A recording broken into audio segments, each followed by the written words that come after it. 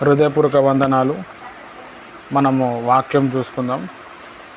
మనం జీసీ బివింగ్టన్ గారి పుస్తకంలోకి వెళ్ళి ప్రార్థన విజయములు అనే పాఠాన్ని మనం నేర్చుకుంటున్నాం. మరి ఆయనకి దేవుడే మరి గొప్ప ప్రార్థనా పరుడుగా చేశాడు.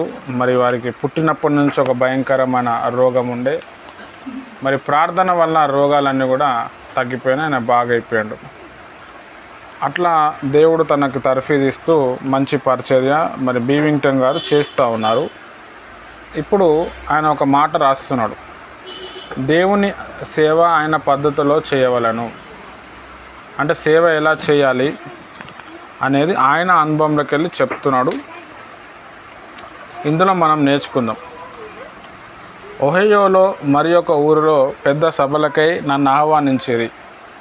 నేను ప్రార్థించి వెళ్ళి తిని, బివింగ్టన్ గారు మీకు ఇవ్వవలసిన ద్రవ్యమును మొదట ఇమ్మందురా, కూటముల పైన తర్వాత ఇమ్మందురా, లేక చిన్న చిన్న మోతాదులుగా కూటముల మధ్యలో ఇమ్మందురా అని వారిని అడిగిరి. డబ్బు విషయం ఎందుకు ఇంత పట్టింపుగా మాట్లాడుచున్నారని కుంటిని. అనేక సార్లు కూటములైన తర్వాత వట్టి చేతులతోనే నడిచి వెళ్ళిపోయేవాడును. అందుచే మీకు ఇలా డబ్బు ఇవ్వడం అలవాటా అని అడిగితిని. అవునండి, ఒక బోధకుడు ఎంతమంది గాయకులు తెచ్చినో దానిని బట్టి అంత డబ్బు ఇచ్చేదమండి. మీరు ఒంటరిగా వచ్చిరి, పాటలు కూడా మీరే నడిపించదురు కనుక అంతా మీ చేతుల్లోనే పెట్టదాము, అది $80 అని చెప్పిరి. ఇంత డబ్బు మీకు ఎక్కడిదని అడిగి తిని. ఆ విషయం మీకు ఎందుకండి, బోధించడం మాత్రమే మీ పని. నాకు సంవత్సరం అంతా కలిపి కూడా అంత డబ్బు అందదు. అందుచే ఒక్కసారి $80 చెప్పదమనగా మీకు ద్రవ్యం ఎలా వచ్చిందో చెప్పి తీరాలి అంటిని. అందుకు వారు, మేము కూటములకు వచ్చు వారికి ప్రవేశపు టికెట్లు అమ్ముదామండి, గుడారం చుట్టూ దుకాణాలు పెట్టదాము, దానితో మాకు సరిపో డబ్బు వస్తుంది అన్నది. ఆ దుకాణాలలో ఏమేమి అమ్ముదురు? ఫలహారాలు, ఇతర తినబండారాలు, చుట్టలు, ఇంకా అలాంటివి ఏమైనా. ప్రతి సంవత్సరం ఇదే పద్ధతి మీకు. అవును, దానిలో తప్పేముందండి? లేదు, నన్ను ఇక్కడికి పిలవడమే తప్పు. మీకంటే పెద్ద పెద్ద బోధకులు వచ్చి వెళ్ళిరు కానీ వారు దేనికి ఎదురు చెప్పలేదే. ఇప్పుడు ఈ కూటములు ప్రకటన అన్ని చోట్ల చేసేదేమి, వెనుకంజ వేయుటకు వీలు లేదు అనేది. నేను ఇక్కడ బోధించలేను అంటిని. ఆయన పట్టింపులే ఇంత విపరీతంగానుంటే మరి ఆయన బోధ ఇంకెంత విడ్డూరంగా ఉండను అని తిట్టుకొనేది. ఇక కమిటీ వారు తమకు బాగా పరిచయమైన బోధకుని పిలుచుకునేది. ఆయన త్రాగుబోతు. ఆయనతో వారు తమ కూటమును సరిపుచ్చుకొనేది. నేనైతే మీరు ఈ దినపు హోటల్ ఖర్చు కట్టుకొని కాలినడకని మీ దారిన మీరు పోండి అనేది. నిన్నట్లే 36 మైళ్ళు నడుచుటకు నా సామాన్లతో బయలుదేరితిని. 1.5 మైలు నడిచి రోడ్డు పక్కన ఒక చెట్టు కింద నా పెట్టెలు దించి ప్రార్థించి మోకరించి తిని. మంచి స్తుతి ప్రార్థనను ప్రభు నాకు ఇచ్చాను. వంకరదారులుగా లొంగనివ్వలేదు. ప్రభువా నీకు స్తోత్రం. ఇప్పుడు నాకేదైనా ఒక బండి పంపరా అని అడిగి తిని. కన్ను తెరిచినప్పటికీ ఒక చిన్న బండి తోలుకుంటూ ప్రయాణం చేస్తున్న భార్యాభర్తలు ఇక్కడ ఆగి ఉండేది. వారికి నేను కొన్ని కరపత్రం ఇచ్చి ఉంటిని. వారు ఇక్కడ కూటమును పెట్టుటకు వచ్చిన బివింగ్టన్ గారేనా మీరు అని అడిగిరి. అవును, నేనేనండి, కానీ కూటములు విరమించుకొంటిని అని. అది విని వారు పక్కపక్క నవ్వి, తిక్క బోధకుడని ఊరిలో మిమ్మల్ని గురించి చెప్పుకొనుచున్నానండి. మీ స్వరం విని మీ ప్రార్థన ఆలకించుటకే మేము ఇక్కడ ఆగితిమి అన్నది. అవునండి, నేను ఇక్కడ ఒక చిన్న సుత్తి కూటము పెట్టుకున్నాను అంటిని. వారి బండిలో నన్ను ఎక్కించుకొనిరి. వారి ఊరి వరకు ముగ్గురము కలిసి వెళ్ళితిమి. అక్కడ కూటములు పెట్టుమన్నది. దేవుడు ఆ కూటము బహుగా దీవించెను. అనేక రక్షణ పొంది ఆత్మపూర్ణులైరి. ఈ దంపతులు వారి కుమార్తె దేవుని సేవ పిలుపు పొందిరి. ముగ్గురు దేవుని వల్ల వాడబడి దేవుని సేవలో ఆయన నామమును బహుగా మహిమపరిచిరి. చాలా ప్రార్థన చేసుకుందాం. స్తోత్రం తండ్రి, పరిశుద్ధుడ, అబ్రహాం, ఇస్సా, యాకోబుల గొప్ప దేవా నీకు వందనాలు. వాక్యంలో వెళ్తున్నాం, నాతో మాట్లాడు. నాకు కనిపించు, అందరికీ కనిపించు. నాతో మాట్లాడు, అందరితో మాట్లాడు. ఇది చెప్పే వాక్యం చాలా ఇంట్రెస్ట్గా ఉండేటట్టు కృప అనుగ్రహించు. సైతాన్ చీకటి మంత్రశక్తులని కాల్చివేయండి. రీంద సబరబా షిఖేందర సిరియన్. మీరే అద్భుతాలు చేయమని యేసు నామంలో ప్రార్థిస్తున్నాను తండ్రి. ఆమెన్. మరి ఇక్కడ వాక్యంలో మనం ఇక్కడ ఈ పుస్తకంలో చూస్తే దేవుని ప్రియమైన వాళ్ళారా, మరి బీవింగ్టన్ గారు మరొక పెద్ద మీటింగ్కి ఆహ్వానించబడ్డారు. మరి ఆ మీటింగ్కి పాపం ఆయన చాలా దూరం నుంచి వచ్చాడు. 36 కిలోమీటర్ మైళ్ళు అంటే దాదాపు ఒక 50 కిలోమీటర్లు దూరం నుంచి వచ్చారు. కరపత్రాలు తీసుకొని, బైబుల్ తీసుకొని, సామాన్లు తీసుకొని వచ్చారు. వచ్చిన తర్వాత అక్కడ మీటింగ్లో ఉన్న కమిటీ వాళ్ళు అంటున్నారు, మీకు డబ్బులు ఇప్పుడే ఇవ్వాలనా, లేకపోతే మీటింగ్కి ప్రతిరోజు మీటింగ్కి కొంచెం కొంచెం డబ్బులు ఇవ్వాలనా, లేదు అంటే మీటింగ్ అంతా అయిపోయిన తర్వాత డబ్బులు ఇవ్వాలని అడిగారు. ఈయన అంటున్నాడు, ఇట్లా మీరు ఎందుకు చేస్తున్నారు అని అంటే, మేము ఏ సేవకునికి అయితే ఇట్లనే చేస్తాము. సేవకుడు వచ్చేటప్పుడు కొంతమంది పాటలు పాడే వాళ్ళని తీసుకొని వస్తాడు. కాబట్టి ఆ పాటలు పాడే వాళ్ళకి ఫీజు వేరే ఇస్తాము, మళ్ళీ పాస్టర్ గారికి వేరే ఇస్తాం. ఈ మీటింగ్కి మాత్రం మీరు ఒక్కరే వచ్చారు, మీరే పాటలు పాడుతున్నారు, మీరే వాక్యం చెప్తారు, కాబట్టి ఆ పాటలకు సంబంధించిన డబ్బులు కూడా మీకే ఇచ్చేస్తామంటే ఎంత డబ్బులు ఇస్తారని అడిగాడు నిన్న జనరల్గా. అప్పుడు ఆయన ఏమంటుండంటే $70. అప్పటి కాలంలో $70 అంటే చాలా ఎక్కువ అనమాట. $1 50 రూపాయలు 60 రూపాయలు ఉంటుంది. $70 అంటే 1200 వేసుకున్నా కానీ ఇంకా ఎక్కువనే అవుతుంది. $3,500. $3,500 అంటే కూడా 3,500 రూపాయలు అప్పటి కాలంలో. అది ఇప్పుడైతే ఇంకా చాలా ఎక్కువ. ఇంత డబ్బు మీకు ఎక్కడి నుంచి వస్తుంది అంటే, అప్పుడు వాళ్ళందరూ కమిటీ వాళ్ళు చెప్తున్నారు, మేము మీటింగ్కి అందరికీ పిలుస్తాము, ఆ మీటింగ్ చుట్టూ అన్ని షాప్స్ పెడతాము, తర్వాత మీటింగ్కి వచ్చిన వారందరికీ ఎంట్రీ టికెట్ ఉంటుంది. ఈ ఎంట్రీ టికెట్ ఉంటుంది కాబట్టి మాకు అందరికీ డబ్బులు వస్తాయి, మేము అందరం పంచుకుంటాం, మిగిలింది మీకు ఇస్తాము అన్నాడు. అప్పుడు మరి ఈ ఎంట్రీ షాప్స్ పెడుతున్నారు కదా, ఆ షాప్స్లో ఏమేమి అమ్ముతారంటే అన్నీ అమ్ముతాము, సిగరెట్ బీడీలు కూడా మేము అమ్ముతాము అని చెప్పి. ఈయన కోపం వచ్చేసింది. పిలుస్తుంది మీటింగ్కి, మళ్ళీ ఆడ సిగరెట్లు అమ్మమని చెప్పి పర్మిషన్ ఇస్తే ఇంకేముంటుంది, నేను చేయనని చెప్పాడు. వాళ్ళకు కూడా కోపం వచ్చి సరే వెళ్ళిపోండి అన్నాడు. ఇక ఈయన సూట్ కేసులు అన్నీ తీసుకొని వెళ్తూ ఉంటే ఒక చెట్టు కింద ప్రేయర్ చేసుకుందామని చెప్పి ఆయన ప్రేయర్ చేసుకుంటున్నాడు. ప్రేయర్ చేసుకున్న తర్వాత మంచి పాట పాడుకున్నాడు, ప్రభుని కొద్దిసేపు స్తుతించాడు. ఆ స్తుతించిన తర్వాత వెంటనే ఏమైందంటే ఈయన ప్రార్థన చేస్తున్నాడు, ప్రభా 36 మైళ్ళు 50 కిలోమీటర్లు వెళ్ళాలి, ఏదైనా ఒక బండి పంపించు ప్రభా అని చెప్పి ప్రార్థన చేస్తూ చేస్తూ కళ్ళు తెరిస్తే భార్యాభర్తలు నడుపుతున్న ఒక బండి వచ్చి ఆగింది. ఈయన వీళ్ళెవరో ఉన్నారా అని చెప్పి వాళ్ళని పరిచయం చేసుకొని వెళ్ళి వారి కరపత్రాలు ఇస్తే ఆ ఫోటో గీటో అంతా చూసి, అరే మీరేనా పాస్టర్ గారు అంటే, అవును నేనే, మీరు తిక్క పాస్టర్ అని చెప్పి ఊర్లో అందరు అనుకుంటున్నారు, మీరేమో ఇక్కడ కూర్చొని ప్రేయర్ చేసుకుంటున్నారు అంటే, అవునమ్మా అక్కడ అని ప్రాబ్లం చెప్పాడు. అదే అండి మీ పాటలు వినటానికి, మీ ప్రార్థన వినటానికి మేము అంత దూరం నుంచి వచ్చినాము అని చెప్పాడు. సరే అని చెప్పి ఈయనని వాళ్ళు ఇంటికి తీసుకొని వెళ్ళారు. అక్కడ సేవ చేయమని చెప్తే ఇల్లు తిరిగి సేవ చేస్తే చాలామంది రక్షింపబడ్డారు, అనేక మంది ఆత్మపూర్ణులుగా అయ్యారు. హల్లెలూయా. ఇక్కడ మనం అర్థం చేసుకోవాల్సిన అతి ప్రాముఖ్యమైన విషయం ఏంటంటే, దేవుని ప్రియమైన వాళ్ళరా, చాలా చోట్లలో ఇదే జరుగుతుంది.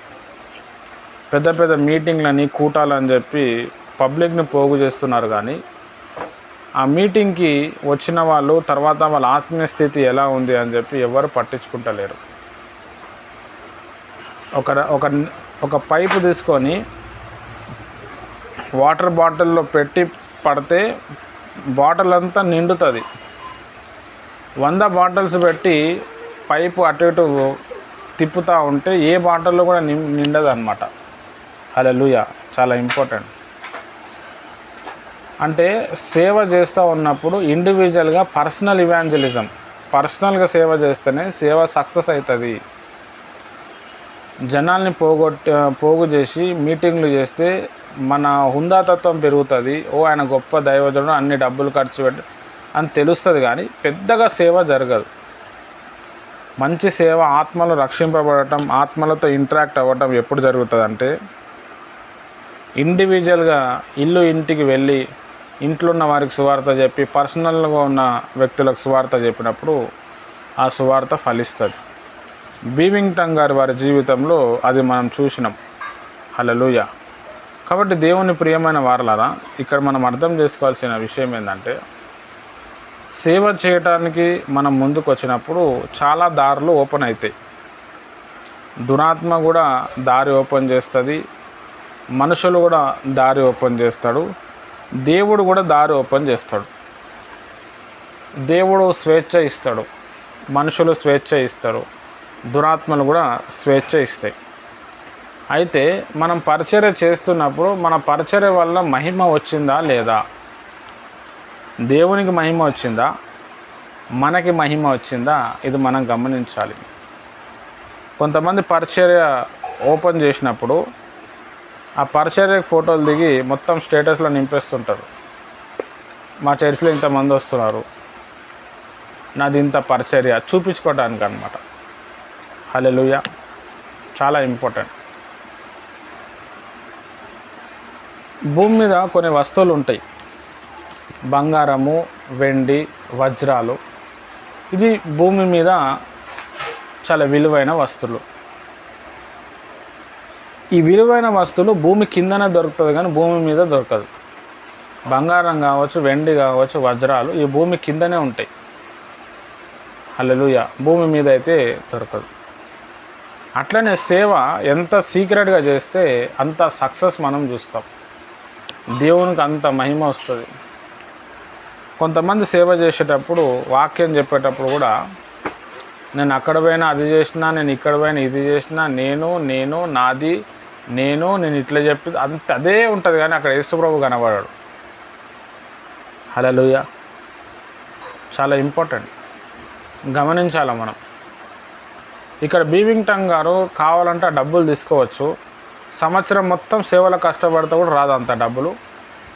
ఒక్క మీటింగ్కే ఒక 4-5 రోజులు కష్టపడితే ఆ డబ్బు వస్తే ఆ డబ్బు వద్దనుకొని వచ్చేసిండు ఆయన.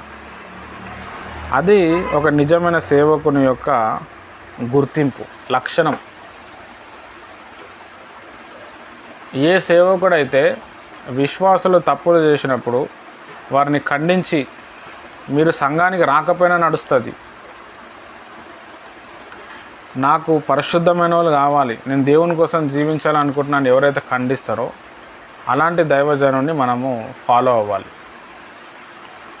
మనం ఎన్ని తప్పులు చేసినా చూసి చూడినట్టు వదిలేసి అక్కడ మాటలు పోయి ఇక్కడ చెప్పి, ఇక్కడ మాటలు పోయి అక్కడ చెప్పి అట్లా ఉంటే ఆ సేవకునితో పాటు మనం కూడా నరకానికి వెళ్ళిపోయే ఛాన్స్ ఉన్నది. హల్లెలూయా. చాలా ఇంపార్టెంట్. ఎవరైతే డబ్బుని బాగా గద్దిస్తారో, డబ్బు గురించి ఎవరైతే కేర్ నాట్గా మాట్లాడతారో అలాంటి సేవకుని మనం వెంబడించాలి. హల్లెలూయా. విశ్వాసులకు కూడా చెప్పే ప్రసంగంలోనే మనకు అర్థమైపోతుంది ఏ సేవకుడు ఎలాంటి వ్యక్తి ఉన్నాడు, ఆయన వ్యక్తిత్వం ఎలా ఉంది, ఆయన నిజంగా పరిచర్య చేస్తుండ, అబద్ధంగా పరిచర్య చేస్తుండ. కొంతమంది సేవకులు డబ్బు గురించి ఖచ్చితంగా చెప్తారు. అందులో మన ప్రముఖులు కల్వరి టెంపుల్ సతీష్ కుమార్ గారు. వారు చేసేది దేవుని సేవ కాదు. ఎందుకు అని అంటే కల్వరి టెంపుల్ సతీష్ కుమార్ గారి గురించి నాకంటే బాగా మీకు ఎవరికి తెలియదు. నేను ఎక్కడైతే పుట్టానో అదే ప్రాంతంలో ఆయన సంఘం చర్చ్ పెట్టాడు. కల్వరి టెంపుల్లో ఉన్న లుసుగులన్నీ నాకు తెలుసు. ఆ పరిచర్య వల్ల చాలామంది ప్రాబ్లం ఫేస్ చేశారని కూడా తెలుసు. బైబిల్లో మనం ఒకసారి స్టడీ చేసి ఆయన పరిచర్యను చూస్తే దాని పరిచర్య అనం. నేను ఓపెన్గా చెప్తున్నా. హల్లెలూయా. చాలామంది ఉంటారు, వ్యతిరేకించే వాళ్ళు ఉంటారు, కానీ నేను వ్యతిరేకిస్తలేను, విమర్శిస్తలేను, నేను సత్యమే చెప్తున్నా. సేవ చేసేటప్పుడు కానుకలు పట్టుకునేటప్పుడు మీ కానుకలు పట్టుకుంది మీ చేతులు పైకి లేపండి అని చెప్తాడు ఆయన. అంటే కానుక అక్కడ చూపియాలి. హల్లెలూయా. తర్వాత ప్రేయర్ అయిపోయిన తర్వాత మీరు ఎక్కడి నుంచి వచ్చారు, మీ ఇంటి పరిస్థితి ఏంది, ఇవన్నీ అడగరు. ఈ వాక్యం మీకు ఆశీర్వాదకరంగా ఉంటే మీరు స్పాన్సర్ చేస్తారా? హల్లెలూయా. మీరు కల్వరి టెంపుల్లో సభ్యులుగా అయితే మీరు చనిపోయిన మీ సమాధి కల్వరి టెంపులే చేస్తుంది. ముష్టేస్తున్నాడు అనమాట. అక్కడ సమాధికి కావాల్సిన డబ్బులు కావచ్చు, సమాధి పెట్టే కావచ్చు, నేనే అప్పచెప్తా. హల్లెలూయా. బైబిల్లో అట్లా చేసినట్టు ఎక్కడ కూడా లేదు. చాలా ఇంపార్టెంట్. అయితే కల్వరి టెంపుల్లో నువ్వు దశంభాగం ఇవ్వాలి, లేకపోతే వర్కౌట్ కాదు. అక్కడ వర్క్ చేసేటోళ్ళు చాలామంది ఉన్నారు. ఇంత లొసుకులు తెలిసిన వ్యక్తిని కల్వరి టెంపుల్కి ఒక మ్యారేజ్ ఉంటే ఒక్కసారి పోయినా నేను, అంతే. నేను పక్కనే ఉంటుంది. హల్లెలూయా. వాళ్ళ గురించి నేను ఎందుకు విమర్శించాల్సి వస్తుందంటే వారి వల్ల దేవునికి అవమానం వస్తుంది. అనేక మంది పేద ప్రజలు బాధలు పడుతున్నారు. వారి ప్రసంగాల్లో నేను విన్నప్పుడు చిన్న చిన్న పాస్టర్లను మీరు ఇంటికి తీసుకురాకండి, వాళ్ళు డబ్బుల కోసమే వస్తున్నారు అని చెప్తున్నాడు. మరి ఈయన అప్పుడు చిన్న సంఘం ఉండే కదా. పాస్టర్లు 100 మందిని కూడా పోగు చేసుకోలేరు, భార్యాభర్తలను పోషించలేరు, వీళ్ళు నా గురించి మాట్లాడుతున్నారు అని చెప్తున్నాడు. హల్లెలూయా. ఒకసారి ఆలోచిద్దాం మనం. ఆంధ్రప్రదేశ్, తెలంగాణలో ఎన్నో సంఘాలు ఉన్నాయి. నార్త్ ఇండియాలో సంఘాలు లేవు. గొప్ప దైవజనుడు అయినప్పుడు అక్కడ పెట్టచ్చు కదా. ఇక్కడ ఒక సంఘము, జహీరాబాద్లో ఒక సంఘము, ఆంధ్రాలో గుడివాడ దగ్గర ఒక సంఘము, గుంటూరులో సంఘము, నెల్లూరులో సంఘము, కాకినాడలో కూడా ఇప్పుడు ఓపెన్ చేసిండు. నేను చెప్పేది ఏంటంటే సేవ లేని ప్రాంతంలో పెట్టచ్చు కదా అని చెప్పేది. హల్లెలూయా. చాలా ఇంపార్టెంట్. దేవుని సేవకి మనం బయలుదేరినప్పుడు మన వస్త్రధారణ చాలా ఇంపార్టెంట్. అక్కడ వస్త్రధారణ చూస్తే వాళ్ళది వేరే లెవెల్లో ఉంటుంది. చర్చికి వెళ్ళేటోళ్ళందరూ చెప్పులు ఇప్పి చర్చిలో వెళ్తారు. అయ్యగారు మాత్రం చర్చిలో షూస్ వేసుకొని వాక్యం చెప్తాడు. అక్కడ చాలామంది మా ఫ్రెండ్స్ ఉన్నారు. వాళ్ళు ఏం చెప్తారంటే అయ్యగారు స్టేజ్ మీద చెప్పిన వాక్యాలు స్టేజ్ కింద ఉండవు అని చెప్తారు. ఒక జామకాయలు అమ్ముకునే ఆమె 10,000 ఇచ్చింది అంటే మీరు ఎంత ఇవ్వాలా? ఇవి ఇవాళ ప్రసంగాలు. హల్లెలూయా. బైబిల్లో ఎక్కడ చెప్పలేదు ఆడ. ఇప్పుడు ఒకరు డబ్బులు ఇచ్చిరు, ఒకరు డబ్బులు లేదని చెప్తే వేరే వాళ్ళని ఇన్సల్ట్ చేసినట్టు అవుతుంది. డబ్బుల గురించి చెప్పకుండా అసలు ప్రసంగం క్లోజే కాదు. ఒక వ్యక్తి వేలు లక్షలు పైసలు ఇచ్చిన తర్వాత ఆయన చనిపోతే సమాధి పెట్టే పంపిస్తారు. చాలా తక్కువ డబ్బులు అవి. ఈ పిచ్చి ప్రజలు ఏం చేస్తారంటే సంఘ కాపరితో ప్రేమగా ఉండకుండా, సంఘ కాపరి అంటే పడనోళ్ళు ఉంటారు కదా, చాలామంది అక్కడికి వెళ్ళిపోతారు. వాళ్ళేమో ఇంటికి రారు, ఆ గొర్రె ఏమవుతుందో కూడా తెలియదు. హల్లెలూయా. పెద్ద పెద్ద సంఘాల్లో జరుగుతుంది ఇదే. డిజిటల్ సంఘంలో జరుగుతుంది ఇదే. నువ్వు చెప్తున్న దేవుడు నిజమైన వాడు, ధనవంతుడు, ఐశ్వర్యవంతుడు అయితే నీ సంఘానికి ఫోన్పేలు ఎందుకు పెట్టుకోరు? గూగుల్ పే, ఫోన్పే ఉంటుంది. ఈయన వాక్యం చెప్పేటప్పుడు ఈయన ప్రోగ్రామ్కి ఒక స్కానర్ వస్తుంది. దానికి 100 రూపాయలు మనం స్కాన్ చేసినామంటే రాదు, అది మినిమం 1000 రూపాయలు అడుగుతుంది. హల్లెలూయా. ఒకసారి బాగా మనం ఒకసారి ఆలోచిస్తాం. నేను సతీష్ కుమార్ గారిని విమర్శిస్తలేను, విమర్శించడం ఇష్టం లేదు.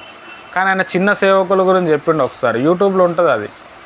100 మంది పోగు చేసుకుని వాళ్ళు వీళ్ళేం సేవ చేస్తున్నారు, వీళ్ళు నాకు చెప్తున్నారు అన్నాడు. వికారాబాద్ అని ఒక ప్రాంతం ఉంటుంది, ఒక 50 కిలోమీటర్. అక్కడ ఒక పాస్టర్ని పొడిచి చంపేసారు.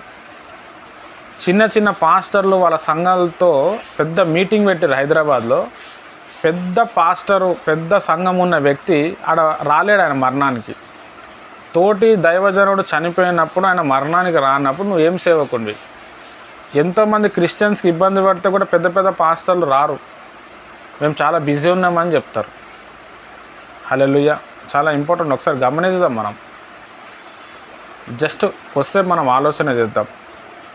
చాలామంది దేవుని ప్రియమైన వారలారా ఇట్లనే ఉన్నారు. కల్వరి టెంపుల్కి మీరు వెళ్ళినప్పుడు వాళ్ళు మీకు ఒక పేపర్ ఇస్తారు. కల్వరి టెంపుల్ గురించి ఏదైనా మంచి అయినా చెడైనా మీరు రండి, మీరు రాయండి, ఈ సేవను ఇంకా ఎట్లా ముందుకు తీసుకుపోదామో మీ అభిమానం, మీ యొక్క రివ్యూ చెప్పండి అని చెప్తున్నాడు. ఒక దేవుని సేవ చేస్తూ ఉన్నప్పుడు దేవుడికి అడిగి తెలుసుకోవాలి, కానీ మనుషుల్ని అడగటం ఏంది? హల్లెలూయా. చాలా ఇంపార్టెంట్. తర్వాత ఎవరికి ఫోన్ నెంబర్లు ఇవ్వద్దు, ఎవరి ఇంటికి పోకూడదు. నీకు ప్రేయర్ అంటే కల్వరి టెంపుల్కే రావాలి. హల్లెలూయా. మరి దైవజనుడి ప్రేమ, ఆప్యాయత ఇంట్లో ఉన్న వారికి ఏం తెలుస్తుంది? యేసు ప్రభువు వారు గల్లీలు తిరిగి తన సేవను పంచుకున్నాడు. హల్లెలూయా. మరి మీరేం సేవ చేస్తున్నారు? మీరు ఎక్కడైనా చూడండి, చాలా ఇంపార్టెంట్. నేను ఈ విషయాలు ఎందుకు చెప్తున్నానంటే, దేవుని ప్రియమైన వారలారా గమనించాలి. మనం ఏ దైవజనుడు ఎట్లా సేవ చేస్తున్నాడు. బైబిల్లో పరిశోధించు అని చెప్పిండు. దురాత్మనో దేవునొక ఆత్మనో పరిశోధించు అని చెప్పాడు. సతీష్ కుమార్ గారు స్వస్థతలను ఆయన నమ్మడు. ఆయన ప్రార్థన చేస్తే స్వస్థత అయిందనుకో అది ఒప్పుకుంటాడు. అక్కడికి వెళ్తే స్క్రీన్స్ మీద అమ్మ కడుపు నొప్పి లేస్తుందని ఒక ఆమె ఇట్లా పట్టుకోగానే కల్వరి టెంపుల్ ఆయిల్ తీసుకొచ్చి పెట్టగానే తగ్గిపోయినట్టు అడ్వర్టైజ్మెంట్ ఉంటుంది అక్కడ. హల్లెలూయా. చూడండి, ఒకసారి గమనిద్దాం మనం. మరి ఈయనకు అనేసాలు రోగం వచ్చినప్పుడు కల్వరి టెంపుల్ ఆయిలే వాడారా? హాస్పిటల్కి పోయిండా? చాలా ఇంపార్టెంట్. తర్వాత ఎవరైనా అన్య భాషలు మాట్లాడిర్రు అనుకో అస్సలు ఒప్పుకోరు, బయట ఎలగొట్టేస్తారు. గట్టిగా చప్పట్లు కొట్టి ఆత్మ పొందుకుని అనుకో ఉంటారు కొంతమంది బ్యాచ్, వాళ్ళని తీసి పక్కన పెట్టేస్తారు. దేవుని ఒక ఆత్మ వచ్చినప్పుడు, దేవుని ఒక ఆత్మను వ్యతిరేకించినప్పుడు కల్వరి టెంపుల్ సతీష్ కుమార్ గారు దేవుని దగ్గర నుంచి ఎట్లా వచ్చిండు? వారికి దేవుడు చెప్పింది ఏంటంటే, ఒక మందిరం కట్టమని చెప్పి దేవుడు చెప్పాడు, అందుకే నేను మందిరం కట్టినా అని చెప్పిండు. దేవుడు ఎవరికైనా ఏదైనా చెప్తే అది బైబిల్కి మ్యాచ్ అవ్వాలి. హల్లెలూయా. కానీ సతీష్ కుమార్ గారు చెప్పింది ఆయనకున్న దర్శనంకి అది బైబిల్కి మ్యాచ్ అవ్వదు. దేవుని ప్రియమైన వారలారా, ఇక్కడ మనం చూస్తే పెద్ద పెద్ద సేవకులంతా కూడా ఈ విధంగానే ప్రజలను మోసం చేస్తూ ఉన్నారు. డబ్బు గురించి చెప్పకుండా ఎవ్వరు దాన్ని క్లోజ్ చేస్తలేరు. డబ్బులు దశమ భాగము. ఇక్కడ నేను చెప్పేది ఏంటంటే, బేవింగ్టన్ గారి గురించి ఆలోచిస్తే ఆయన డబ్బుల్ని వదులుకొని వచ్చేసిండు. ఆయన దేవాన్ని సేవ చేయాలి, నీ కొరకు నేను జీవించాలన్నప్పుడు దేవుడు నడిపించుకున్నాడు. హల్లెలూయా. నేను ఇవన్నీ ఎందుకు చెప్తున్నా అంటే, మీలో కొంతమంది కల్వరి టెంపుల్ సతీష్ కుమార్ గారిని ఫాలో అవుతారు. ఆయనని ఫాలో అవుతే అవ్వండి, కానీ ఆయన పరిచర్యని ఫాలో అవ్వకండి. మీరు ఆ టైప్ పరిచర్య చేయకండి, మీరు వేస్ట్ అయిపోతుంది. తీర్పు దినం అప్పుడు నిలబడతారు. మీరు బైబిల్లో ఉన్న సేవ చూసే నడవండి. హల్లెలూయా. చాలా ఇంపార్టెంట్. ఎందుకనంటే, ఇప్పుడు మీలో ఎవరైనా డిబేట్కి వస్తే నాతో డిబేట్కి రావాలా? ఆయన సీక్రెట్లన్నీ చెప్తా నేను, ఎందుకంటే మా ఇంటి దగ్గరే ఉంటాడు. మా ఫ్రెండ్ వాళ్ళకి ఒక పొలం ఉండే కల్వరి టెంపుల్ దగ్గర. వాళ్ళ కూతురు మా ఫ్రెండ్ వాళ్ళ చెల్లె మ్యారేజ్ చేస్తే మ్యారేజ్కి ఆ పొలం పనికొస్తుందని చెప్పి ఆపుకున్నాడు. సతీష్ కుమార్ గారు ఆ పొలంని ఏం చేశాడంటే కబ్జా చేసి ఒక్క పైసా కూడా ఇవ్వకుండా వెళ్ళగొట్టేసాడు. కేసులు పెట్టుకుంటే కూడా ఎవ్వరు ఏం చేస్తలేరు. ఇవన్నీ మీకు తెలియదు. మా ఫ్రెండ్ వాళ్ళ అమ్మ, మా ఫ్రెండ్ వాళ్ళ నాన్న నా ముందర ఏడ్చారు, బ్రదర్ ప్రేయర్ చేయండి. పెద్ద పెద్ద గూండాలు ఉంటారు అక్కడ. హల్లెలూయా. చాలా ఇంపార్టెంట్. విశ్వాసులేమో పొద్దున 4 గంటలకు లేచి పిచ్చోళ్ళకపోతారు. సంవత్సరంలో ఒక్కసారి కూడా ఒక ఎంట్రీ కూడా ఉండదు. నేను ఒక క్యాన్సర్ పేషెంట్కి ప్రేయర్ చేసినాను. ఆయనకు అస్సలు బాగాలేకపోతే ప్రేయర్ చేస్తే మొత్తం మంచిగా అయిపోయాడు ఆయన. మా ఇంటి పక్కనే ఉంటాడు. మా ఇంటికి ఎప్పుడు వచ్చేటోడు కాదు, అక్కడికి వెళ్ళేటోడు. అక్కడ నుంచి వచ్చి నాకు ఈడికి వచ్చి ఇంటికి పిలుస్తున్న, బ్రదర్ ఇంటికి రా ప్రేయర్ చేయని. ఎంతో ప్రాబ్లమ్స్ ఫేస్ చేసుకొని సతీష్ కుమార్ గారిని కలవాలా అని చెప్పి కలిసిరు, ప్రేయర్ చేసిరు. ఈయన అయ్యగారు కూడా అమ్మగారు వాళ్ళు ప్రేయర్ చేసిరు ఆయనకి. అంతే. ఈయన మళ్ళీ క్యాన్సర్ ఎక్కువైపోయి సీరియస్ అయిపోయి హాస్పిటల్లో అడ్మిట్ అయితే వర్షంలో నేను పోయి ఆయనకు బల్ల ఇచ్చిన. మరి ఆయన కల్వర్ టెంపుల్ మెంబర్ కదా, ఏమీ లేదు. చనిపోతే ఎవరు రాలేదు. హల్లెలూయా. మేమే పోయి ప్రేయర్ చేసుకుంటూ వచ్చినాం. చాలా ఇంపార్టెంట్. దేవుడు ఆ టైప్ సేవ చేయమని ఎక్కడ రాయలేదు. ఎంత పెద్ద సంఘం కట్టినా, ఎంత పెద్ద సేవ చేసినా మరి ఏముంది నీ విశ్వాసం? హల్లెలూయా. ఒక్కసారి మనం బీవింగ్టన్ గారిని, సతీష్ కుమార్ గారిని కంపేర్ చేసి చూద్దాం. చాలా ఘోరం అన్నమాట. ఎవరో పాడిన పాటలు ఈయన పాడి ఈయన రచన అని చెప్పి రాసుకుంటాడు. మంచి మంచి పాటలు సింగర్లను తొక్కేసిండు. మీకు ఎవరికైనా తెలుసా ఈ విషయం? హల్లెలూయా. మరి దేవుడు అడగరా బ్రదర్ అంటే వాళ్ళకి అడగరు, వాళ్ళకి భయమే లేదు. ఎందుకంటే వాళ్ళు దేవుని సేవకులే కాదు, ఫిలిం యాక్టర్స్. వాళ్ళ డబ్బులు, వాళ్ళ బంగారము, వాళ్ళ కార్లు. ఈవెన్ దో పాల్ దినకరన్ కూడా అంతే. పాల్ దినకరన్ కాపీ కొట్టిన వ్యక్తి ఈయన. వాళ్ళందరూ మంచోళ్ళండి. ఈ పబ్లికే వాళ్ళని అట్లా పిచ్చోని చేసారు. డబ్బులు ఇచ్చి వాళ్ళు కూడా. ఆయన సతీష్ కుమార్ గారిది బర్త్డే ఉంటుంది November 11th. దాని ముందు ఒక మీటింగ్ చేస్తారు. ఆ మీటింగ్కి కొంతమందిని పిలిచి అక్కడ మాట్లాడిపిస్తాడు. మన అయ్యగారు బర్త్డే ఉంది కదా, మనం ఏం చేయమా, మీరు ఏం చేయరా అని అడుగుతారు. అడగంగానే ఇక సరే అవును మన అయ్యగారు మీటింగ్ కదా అని చెప్పి చాలా డబ్బులు ఇస్తారు. ఆ అయ్యగారి దగ్గర కల్వరి సోల్జర్ టీం దగ్గర ఒక బ్రదర్ ఉన్నాడు, నాకు తెలిసి, నాకు చాలా క్లోజ్ ఉంటాడు. ఆయననే ఇవన్నీ చెప్పిండు. నాకంత తెలియదు. బ్రదర్ ఆ రోజు లెక్క పెడితే దాదాపుగా 16 కోట్లు ఏమో వచ్చినాయి బ్రదర్ అన్నాడు ఆయన. ఓన్లీ డబ్బులు ఒక్కరోజు మీటింగ్కి. ఒకసారి ఇట్లనే కరోనా వస్తే బ్రదర్ ఇట్లా డబ్బులు సంచుల్లో ఉంటే మొత్తం కాల్ చేసిండు, కేసు అవుతుంది అని చెప్పి. పేదలకి ఇచ్చుంటే అయిపోతుండే. చాలామంది బాధపడుతారు బ్రదర్ అక్కడ. మా ఫ్రెండ్ ఒక ఆయన ఉన్నాడు, సతీష్ కుమార్ గారి మాటలు విని ల్యాండ్ అమ్మి దేవుడు దీవిస్తాడు అంటే ల్యాండ్ అమ్మి 3 లక్షలు ఏమి ఇచ్చాడు బ్రదర్. ఇప్పుడేమో వాడు కిరాయి ఇంట్లో ఉంటున్నాడు. వానికి అప్పుడప్పుడు కిరాయికి నేనే పైసలు పంపిస్తున్నా అన్నాడు. మరి ఈయన ఇచ్చిన డబ్బులు ఎటు పోయినాయో ఏమో. ఒక ఫోన్ కాల్ ఉండదు, ఒక ఇంటికాడ ప్రెజెన్స్ ఉండదు, ఏముండదు. హల్లెలూయా. దేవుడు చెప్పిండా అండి ఇట్లాంటి సేవ చేయమని చెప్పి? మళ్ళీ వాళ్ళ చుట్టూ ఎప్పుడు బౌన్సర్లు ఉంటారు. ఒక ఆయన నాతో వాదించిండు బౌన్సర్ల గురించి. నేను చెప్పిన ఇట్లా, నేను కాపాడువాడు కొనుకాడు నిద్రపోడు అని చెప్పి ఉన్నది కదా బ్రదర్. మరి సతీష్ కుమార్ గారు ఎందుకు ఇంతమంది బౌన్సర్లు పెడుతున్నా అడిగితే, ఉండాలి బ్రదర్ బౌన్సర్లు, చెప్పలేం ఎవరైనా చంపేస్తే. అప్పుడు ఒక వృత్తాంతం గుర్తు చేసిన ఆయనకి. ఇందిరాగాంధీని వాళ్ళ సెక్యూరిటీ గార్డులే చంపేశారు. ఆమె లోపల వెళ్ళి బుల్లెట్ జాకెట్ శారీ మార్చుకుంటూ బుల్లెట్ జాకెట్ తీయంగానే సోల్జర్స్ వచ్చి ఆమె సెక్యూరిటీ గార్డు పేల్చి చంపేశారు. హల్లెలూయా. చాలా ఇంపార్టెంట్. మళ్ళీ ఇంత పెద్ద సోల్జర్సు, ఇంత బౌన్సర్స్ ఎందుకు పెట్టుకుంటారు? మరి నిన్ను కాపాడబడే దేవుడు కునుకడు నిద్రపోడు కదా, నిన్ను కాపాడుతాడు కదా ఎట్లయినా. హల్లెలూయా. చాలా ఇంపార్టెంట్.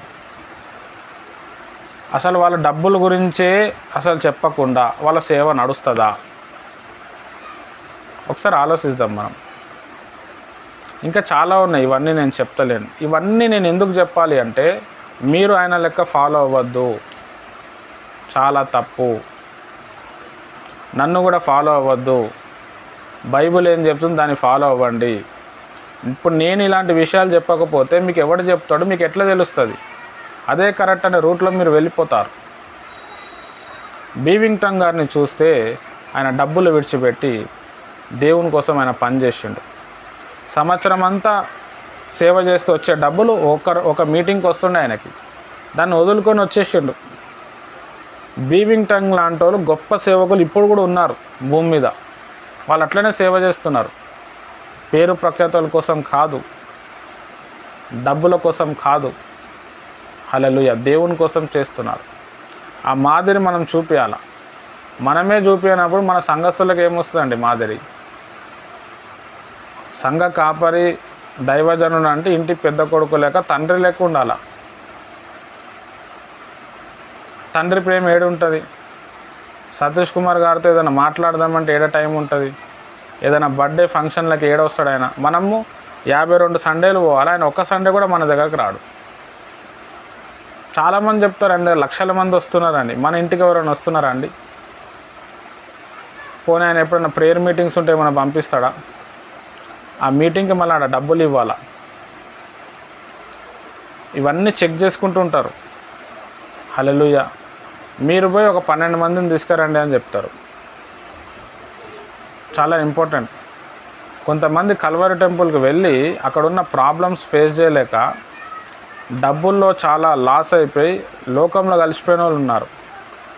క్రైస్తవంగా వ్యతిరేకంగా మారిన వాళ్ళు ఉన్నారు. నాకు తెలిసిన వాళ్ళే ఉన్నారు, నేను పోయేటోళ్ళే ఉన్నారు. హల్లెలూయా. చాలా ఘోరం.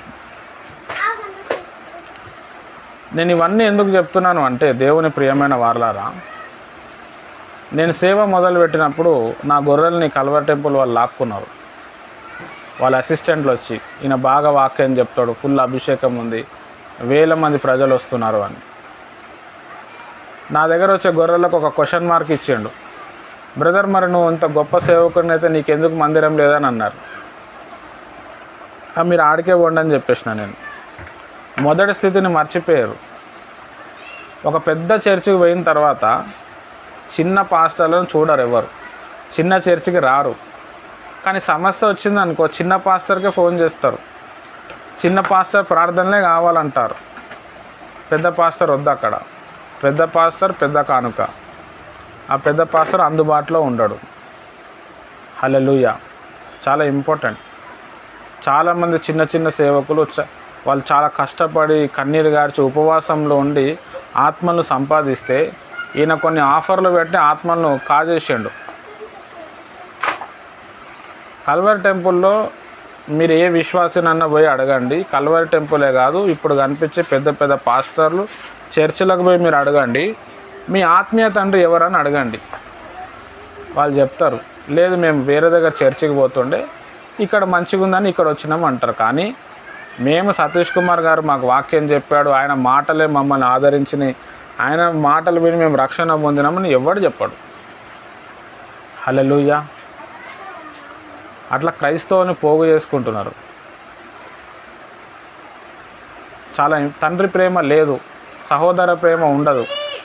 మనం మీటింగ్కి పోతాము, ఆ కార్డు స్వైప్ చేస్తారు, ఆడ లేడీస్ కనబడతారు, ప్రైజ్ ద లార్డ్ అంటారు, లోపల కూర్చుంటాం, ఆడ వాక్యం ఏదో వింటాము, కానుక ఇస్తాం, వెళ్ళిపోతాం, అంతే. నీ పక్కన ఎవడు కూర్చున్నాడు కూడా తెలియదు. అది సంఘం కాదు. సంఘం అంటే సహోదరిని ప్రేమించాలా, సహోదరిని భరించాలా, అందరం కలిసి ఒకేసారి ప్రభు బల్ల తీసుకోవాలా. అవేమి ఉండవు ఆడ. మరి అది సంఘం ఎట్లయింది మీరు చెప్పండి నాకు, మీరు చెప్పాలా నాకు. హల్లెలూయా. ఇప్పుడు నేను ఇలాంటి విషయాలు చెప్పకపోతే మరి సత్యం ఎట్లా తెలుస్తుంది? సత్యం అర్థమైనవానికే సత్యం చెప్పగలుగుతాడు, సత్యం అర్థం కానివానికి చెప్పలేడు. సత్యము వేరు, నిజం వేరు. నిజం ఎప్పటికీ సత్యం కాదు, సత్యము నిజం అవుతుంది, సత్యం సత్యంగానే ఉంటుంది. నిజం అబద్ధమయ్యే ఛాన్స్ ఉంటుంది, కానీ సత్యం అబద్ధం కాదు. దేవుని ప్రియమైన వాళ్ళారా, చాలా ఇంపార్టెంట్. మీ ఆత్మీయ తండ్రి ఎవరైనా ఉంటే, మీకు ఎవరైనా మిమ్మల్ని ప్రభువులో నడిపించిన వ్యక్తి ఎవరైనా ఉంటే వారిని మీరు వెంబడించండి. వాళ్ళ ఏడుపు తాకుతుంది, మీకు చాలా కోల్పోతారు. హల్లెలూయా, చాలా ఇంపార్టెంట్. కాబట్టి దేవుని ప్రియమైన వారలారా, ఇప్పుడున్న ప్రజెంట్ లోకంలో మనం చూస్తే విశ్వాసాలంతా కూడా సూటు బూటు. యేసు ప్రభు వ్యక్తిత్వం కనిపిస్తుందా? అది కాదు. ఆయన సూట్ వేసుకోండు, బూట్ వేసుకోండు, మనం వెళ్తే మనకి ఏదైనా హెల్ప్ చేస్తాడు. ఈ టైప్లో లోకం విశ్వాసులు వెళ్తూ ఉన్నారు. మీరు ఎవరైనా కాదంటారా? కాదంటే నన్ను నిరూపించండి. హల్లెలూయా, చాలా ఇంపార్టెంట్. కాబట్టి నేను చెప్పే విషయం ఏంటంటే, దేవుని ప్రియమైన వారలారా, ప్రైజ్ లార్డ్. కాబట్టి దేవుని ప్రియమైన వారలారా, మనం ఇక్కడ సేవ చేస్తూ ఉన్నప్పుడు దేవుని చూస్తూ మనము సేవ చేయాలి. నీకు నిజంగా సేవకు డబ్బులు కావాలంటే దేవుడు ఎక్కడి నుంచైనా ఇప్పిస్తాడు. పోనీ దేవుడు నీకు డబ్బులు ఇప్పలేదనుకో, అడుక్కొని సేవ చేయి, పస్తులుండి సేవ చేయి. నాకు తెలిసిన ఒక పాస్టర్ ఉన్నాడు, నాగార్జున సాగర్లో పెద్ద సంఘం కట్టిండు. ఆయన సేవ గురించి చెప్తా నేను, మీకు తెలవాల. ఆయన మా అయ్యగారు ఆయనకు సేవకు పంపించారు. అక్కడంతా లంబాడి వాళ్ళు ఉంటే మురుమురాలు ప్యాలాలు అంటారు కదా, అది కొంచెం ఫ్రై చేసుకొని తయారు చేసుకొని పిల్లలకు జస్ట్ ఆ మురుమురాలు ఇచ్చి సువార్త చెప్పేటోడు. వాళ్ళకి ప్రార్థన చేస్తే వాళ్ళు మంచిగా అయితే వాళ్ళ తల్లిదండ్రులు వచ్చి ప్రేయర్ చేయించుకుంటుని అట్లనే ఉండేటోడు. ఆకలేస్తుంది ప్రభు అంటే ఎవరైనా బియ్యం ఇస్తే ఆ బియ్యం వాటర్లో కడిగి, గ్యాస్ కూడా ఉండేది కాదు, కట్టెలు కూడా ఉండేది కాదు, ఎండకి పెట్టేటోడు. ఆయన ఎండకి పెట్టి ఒక 3-4 గంటలు ప్రార్థన చేసేటోడు. ఆ ఎండ వేడికి అది కొంచెం ఉడుకుతుండే, కొంచెం మెత్తగా అయిపోతుండే, దాంట్లో పచ్చడి వేసుకొని తిని ఆయన సేవ చేసిండు. అట్లా కొన్ని సంవత్సరాలు చేసిండు. ఒక్కరోజు కాదు, 2 రోజులు కాదు, దాదాపుగా 30-40 కిలోమీటర్లు తిరుగుతుండే. తిరిగి కాళ్ళు అరిగిపోతుండే, కాళ్ళల్లో కాయలు కాస్తుండే. ఉన్నారు, ఇప్పుడు కూడా సేవ చేస్తారు. పెద్ద చర్చ్ కట్టిండు ఆయన. సంఘస్థులు ఆయనకు సపోర్ట్ చేశారు. హల్లెలూయా, ఉన్నారు అట్లా సేవ చేసిన వాళ్ళు చాలామంది ఉన్నారు. డబ్బులతోనే సేవ కాదు, డబ్బు లేకపోయినా సేవ చేయొచ్చు. డబ్బులు ఉంటే ఎవడైనా చేస్తాడు, డబ్బు లేకుండానే సేవ చేసి చూపించాలి.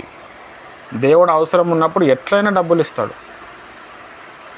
హల్లెలూయా, చాలా ఇంపార్టెంట్. పాస్టర్ అనే నువ్వే విశ్వాసంలో పెంచకపోతే విశ్వాసులకు ఏం విశ్వాసం వస్తుందండి? మీరు చెప్పండి నాకు. తండ్రి అనే వ్యక్తి పిల్లలకి విశ్వాసం చూపించకపోతే పిల్లలకి ఏం విశ్వాసం వస్తుంది? తండ్రి ఆడ డబ్బులు అడుక్కుంటుండు, పిల్లలు కూడా అదే తయారవుతారు. హల్లెలూయా. బీవింగ్టన్ గారిని మనం చూస్తే ఆయన డబ్బులు అడుక్కోకుండానే సేవ చేశాడు. చాలా ఇంపార్టెంట్. నా దృష్టిలో చెప్పాలంటే డబ్బులు అనేది మ్యాటరే కాదు. డబ్బులు అనేది ఇప్పుడు వచ్చిందండి, అంతకుముందు వస్తు మార్పిడి ఉండే. అంతకుముందు వస్తు మార్పిడి కూడా లేకుండే, మామూలుగానే ఉంటుండే. ప్రేమతో పుచ్చుకునేటోళ్ళు, దేవుని మీద ఆధారపడేటోళ్ళు. హల్లెలూయా, చాలా ఇంపార్టెంట్. ఇంకా కొంతమంది సేవకులు ఎట్లుంటారంటే, నేను ప్రార్థన చేస్తే అంత అయింది, ఇంత అయింది, మ్యారేజ్ సెటిల్ అయింది, కానుక ఇవ్వరా? నువ్వు చేసే ప్రేయరు ఒక కానుకతో నువ్వు విలువ కడుతున్నావు. ఇంకో సేవకుడు ఏమంటాడంటే, నేను మంచి ఉద్యోగం చేసుకుంటుండే, సేవ ఉంది కాబట్టి దేవుడు పిలిచింది కాబట్టి ఉద్యోగం వదులుకొని వచ్చినా అంటున్నాడు. 1,50,000 ఉద్యోగం ఉంది అయ్యగారికి, అది వదులుకొని వచ్చిండంట సేవకి. ఆ 1,50,000 ఉద్యోగం కంటే గొప్ప ఉద్యోగం సేవ చేయటం. దానికి మించింది ఏమైనా ఉద్యోగం ఉంటుంది? పబ్లిక్ని అట్లా పిచ్చోని చేస్తున్నారు. ఎవరండి ఇంత చదువుకొని సేవలో వస్తారు? వీళ్ళ డైలాగులు ఎవరు వస్తారు చెప్పండి? నేను వచ్చాను సేవకి అంటే ఇండైరెక్ట్గా ఏంటంటే మీరు నన్ను పోషించండి. డైరెక్ట్గా నాకు డబ్బులు కావాలండి, నాకు పైసలు సరిపోతలే అంటే అయిపోతుంది కదా. హల్లెలూయా, చాలా ఇంపార్టెంట్. ఇంకా కొంతమంది ఏమో దర్శనాల మీద, ప్రవచనాల మీద డబ్బుల గురించి చెప్తుంటారు. నువ్వు దేవుడు నాకు డబ్బులు ఇవ్వమని చెప్పి దేవుడు చెప్తున్నాడమ్మా, మీరు ఇవ్వండి, మీకు పిల్లలు పుడతారు, మీ ఆయనకు ఉద్యోగం వస్తుంది. హల్లెలూయా. పాపం పిచ్చి పబ్లిక్ తెలియదు కదా, వాక్యం తెలియదు కాబట్టి ఫట్టని ఇచ్చేస్తారు ఆడ. చాలా ఇంపార్టెంట్. ఆ డబ్బులు ఇచ్చినందుకు కొంతమందికి అద్భుతాలు జరుగుతాయి, కానీ ఇది ఇస్తేనే దేవుడు ఇవ్వటమన్నా అది అబద్ధం. అది ఎక్కడ లేదు బైబిల్లో. డబ్బులు ఈ బాబు నేను అద్భుతం చేస్తాను దేవుడు ఎక్కడైనా చెప్పాడా? మందిరంలో ఆహారం సమృద్ధిగా ఉండాలని మీరు దశంభాగం ఇవ్వండి, అప్పుడు నాకు అడగండి నేను ఇస్తా అన్నాడు. మందిరం కొరకు డబ్బులు కావాలి, సేవకుడు బ్రతకడానికి డబ్బులు కావాలి, ఓకే. కానీ ఆ డబ్బులు ఇస్తేనే నీకు బాగా అవుతుంది. డబ్బులు ఇస్తలేవు అందుకే నీకు ఆశీర్వాదం వస్తలేదు. డబ్బులు ఇస్తలేరు అందుకే నువ్వు ఇట్లా అయిపోతున్నావు. మీ ఇంట్లో పేదరికం రావడానికి డబ్బులు ఇస్తలేవు, నువ్వు ప్రేయర్ చేస్తలేవు అని చెప్పాడు. నువ్వు మోకాల అనుభవం లేదని చెప్పారు. నీ పాపాలను ఒప్పుకుంటలేవని చెప్పారు. నువ్వు పాపాలను నువ్వు వదిలేయాలని చెప్పారు. నువ్వు డబ్బులు ఇస్తలేవు, నువ్వు మందిరానికి వస్తలేవు. హల్లెలూయా.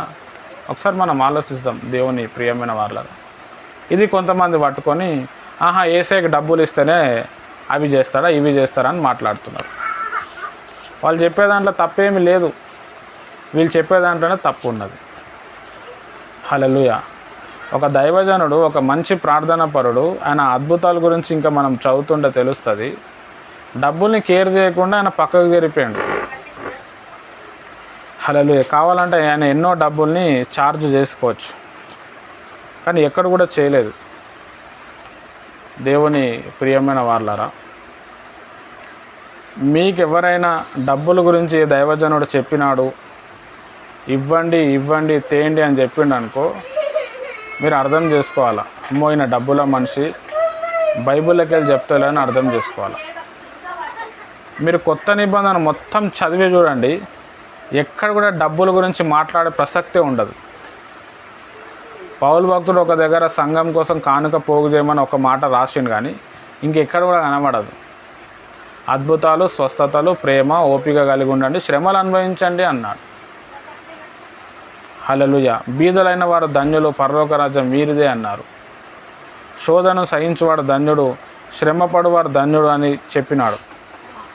ధనవంతుడు దేవుని రాజ్యానికి ఎప్పటికీ రాలేడని యేసయ్యనే చెప్పినాడు. శరీరానికి సంబంధించిన వాక్యాలు చెప్తే ఎట్లా అండి మరి? యేసయ్యని నమ్ముకుంటే ఫుల్ డబ్బు వస్తుంది, యేసయ్యని నమ్ముకుంటే పేరు ప్రఖ్యాతలు వస్తాయి. హల్లెలూయా. నేను చదివిన బైబిల్ అయితే నాకు ఏడ కనబడాలి. కాబట్టి దేవుని ప్రియమైన వారలారా, 2.5 సంవత్సరాల నుంచి చెప్పిన ప్రసంగాలు వేరు, ఈ రోజు నుంచి చెప్పే ప్రసంగం వేరు ఉంటుంది. తప్పు అయితే తప్పు, కరెక్ట్ అయితే కరెక్టు, అట్లా మన ప్రసంగం అనేది వెళ్తుంది. కొంతమందికి బాధ కలగచ్చు, కానీ నా లెక్క మీరు సేవ చేస్తే అప్పుడు తెలుస్తుంది, ఆయన చెప్పింది 100% కరెక్టే అని. హల్లెలూయా. ఎందుకంటే కొన్ని విషయాలు ఓపెన్ కాకపోతే అది ఎప్పటికట్లనే మరుగున పడిపోతాయి, సత్యం అనేది బయటికి రాదు. మీరందరూ కూడా సేవ చేయాలనుకుంటారు కాబట్టి ఆ పద్ధతుల్లో పోకుండా, దేవుడికి మీరు అడిగి డబ్బుని ఇష్టపడకుండా, డబ్బు కోసం కాకుండా ప్రభువు కోసం పరిచర్య చేయండి. ప్రభు సంతోషపడతాడు. నీ దగ్గర ఇద్దరే రాని సరిపోతుంది, ఆడ 100 మంది వచ్చినా వేస్టే. హల్లెలూయా. దేవుడు ఇష్టపడతాడు. దేవుడు మనసులో చాలా బాధపడుతున్నాడు. అరే నేను నీకు ఇంత దీవించిన కదా, ఎందుకు డబ్బులు అడుగుతున్నాను బాధపడుతున్నాడు అక్కడ. హల్లెలూయా. చాలా ఇంపార్టెంట్. ఒక విశ్వాసి పాపం విడిచిపెడతలే అని చెప్పి భారం ఉండదు, కానీ ఆయన డబ్బులు ఇస్తలేడు అని చెప్పి భారం ఉంటుంది. కొంతమంది సేవకులు ఉన్నారు అట్లా. అరే మీరు ఇవ్వకపోతే ఎవరు ఇస్తారండి మాకు డబ్బులు, మీరే కదా మాకు ఇవ్వాల్సింది, మీరు ఇవ్వండి సిస్టర్, అప్పుడు తర్వాత చూడండి. మేము వెళ్ళిన సంఘంలో కూడా అట్లనే ఉండే, మొదట్లో వెళ్ళిన సంఘంలో మీరు ఇచ్చి చూడండి అప్పుడు అవుతుంది, అప్పుడు మా దగ్గర తిననీకే లేదు. హల్లెలూయా. చాలా ఇంపార్టెంట్. చాలామంది ఉన్నారు అట్లా. ఈ విషయంలో నాకు చాలా బాధ అనిపిస్తుంది. ఎందుకంటే కొంతమంది విశ్వాసుల దగ్గర వెళ్ళినప్పుడు వాళ్ళు చాలా డీప్గా ఉన్నప్పుడు వాళ్ళు పంచుకుంటారు. ఏంది బ్రదర్, మొన్న ఒక బ్రదర్కి మ్యారేజ్ అయింది, మనకు తెలిసిన బ్రదరు, ఆయనది సెకండ్ మ్యారేజ్ అవుతుంది ఆయనది. వాళ్ళ పాస్టర్ గారు 10,000 ఇవ్వాలని చెప్పి కోరుకున్నాడు. 10,000 కానుక, మళ్ళీ వచ్చిన సేవకులకు కానుక. మళ్ళీ పాస్టర్ గారు ఏం చేశారంటే, సంఘస్థులు అందరూ వస్తున్నారు, వాళ్ళందరికీ భోజనం కార్డు మీద ప్రింట్ చేయించాడు, అందరికీ భోజనాలు, అందరు రండి అని చెప్పుకోవటానికి. నేను ఇట్లాంటి రెండో మ్యారేజ్ చేస్తున్నా, మీరు అందరు రండి. ఆ బ్రదర్ నన్ను చూసి బాధపడుతూ చెప్తుండే, ఏంది బ్రదర్ మా పాస్టర్ మొత్తం వసూలు రాజా అని అంటున్నాడు. ఇంకొక పాస్టర్ ఉన్నాడు, ఆయన ఒక కారు కొన్నాడు. ఈయన బాగా అభిమానిస్తాడు ఆయనని, మా ఆత్మీయ తండ్రి అని చెప్పుకునేటోడు మొన్నటి వరకు, ఇప్పుడు వదిలేసిండు. ఆయన ఫోన్ చేసిండు ఈయనకి, బ్రదర్ నేను కారు కొన్నా బ్రదర్ అంటే, చాలా కంగ్రాచులేషన్స్ అయ్యగారు అని అంటే, కంగ్రాచులేషన్సేనా, కానుక పంపించవా అని అన్నాడు. కానుకనే కదా అని చెప్పి ఒక 1000 రూపాయలు పంపించండు. అదేంది, నేను కారు కొన్నా కానీ కనీసం ఒక 10,000 20,000 పంపించాలా, 1000 రూపాయలు పంపిస్తే ఎట్లా అని అడిగాడు. ఈయన ఒకటేసారి షాక్ అయిపోయాడు. హల్లెలూయా. ఆయన చెప్తేనే నాకు తెలిసింది. నేను ఒక పాస్టర్ అయి ఉండి వేరే పాస్టర్ మీద చెప్పొద్దు, కానీ నేను చెప్తున్నా, ఎందుకంటే మీకు తెలవాలి కదా. మీరు కూడా పరిచర్య చేస్తే ఈ విధంగా మీరు ఉండకూడదు. హల్లెలూయా. చాలా ఇంపార్టెంట్. మీరు నాకు చెప్పండి అండి, ఇట్లాంటి వాళ్ళు లేరా అని. నేను ఒప్పుకుంటాను లేరు అని. నాతో పాటు రండి మీరు సేవకు, నేను చూపిస్తా సేవకులు ఎట్లుంటారు.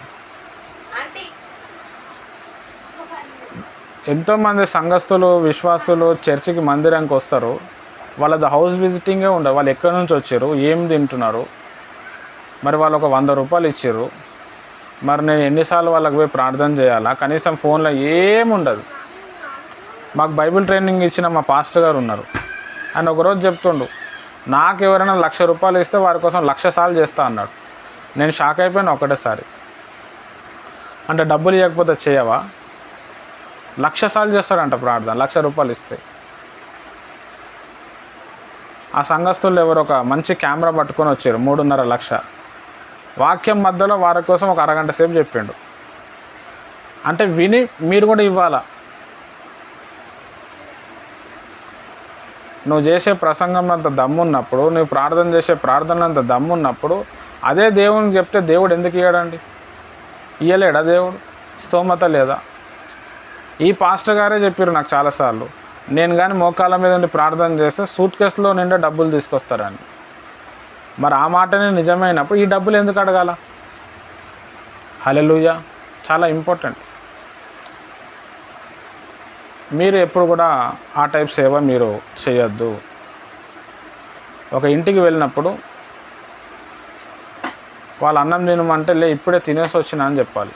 ఇప్పుడే తిన్నా బ్రదర్ వద్దు అని చెప్పాలి. వాళ్ళు ఛాయ్ ఇస్తున్నప్పుడు ఛాయ్లో చక్కెర లేకపోతే ఉప్పు వేసుకొనైనా తాగేయాలి. కొంతమంది ఉంటారు అట్లా, నేను మీ ఇంటికి వచ్చిన ఏం లేదా, బిర్యానీ లేదా. హల్లెలూయా. మరి వాళ్ళు ఎట్లా అండి మీరు చెప్పండి, ఎట్లా వాళ్ళు డెవలప్మెంట్ అవుతారు విశ్వాసులు? వాళ్ళకి తెలవాలా, పలానా బ్రదర్ వచ్చిండు, కథం నా లైఫ్ మారిపోయింది, ఆయన కోసం నేను ఏదైనా పెట్టాలా, అది అప్పుడు వాళ్ళకి ఫలితం తీసుకొస్తుంది. మనమే సెల్ఫ్ డబ్బా పెట్టుకుంటే వాళ్ళకి ఎక్కడి నుంచి వస్తుంది? కొంతమంది విశ్వాసులు పాస్టర్లను చూసి భయపడుతుర్రు. పాస్టర్లు ఇంటికి వస్తే అబ్బా ఇప్పుడు ఆయన ఇంటికి వస్తున్నాడు డబ్బులు ఇవ్వాల్సి వస్తుంది కదా, అయ్యగారు మేము లేమండి తర్వాత రండి అని చెప్పి సిగ్గుపడుతున్నారు వాళ్ళు. యెహోవా నా కాపరి నాకు లేమి కలగదు అని దావీదు భక్తుడు చెప్పిండు. విశ్వాసులు చెప్పాలా, నాకు పలానా కాపరి ఉన్నాడు, ఆయన నన్ను పచ్చిగా గల చోట్ల నడిపిస్తాడు అని చెప్పి పాస్టర్ గురించి గుండె మీద చేయబెట్టి చెప్పాలా. కానీ విశ్వాసులు భయపడుతున్నారు.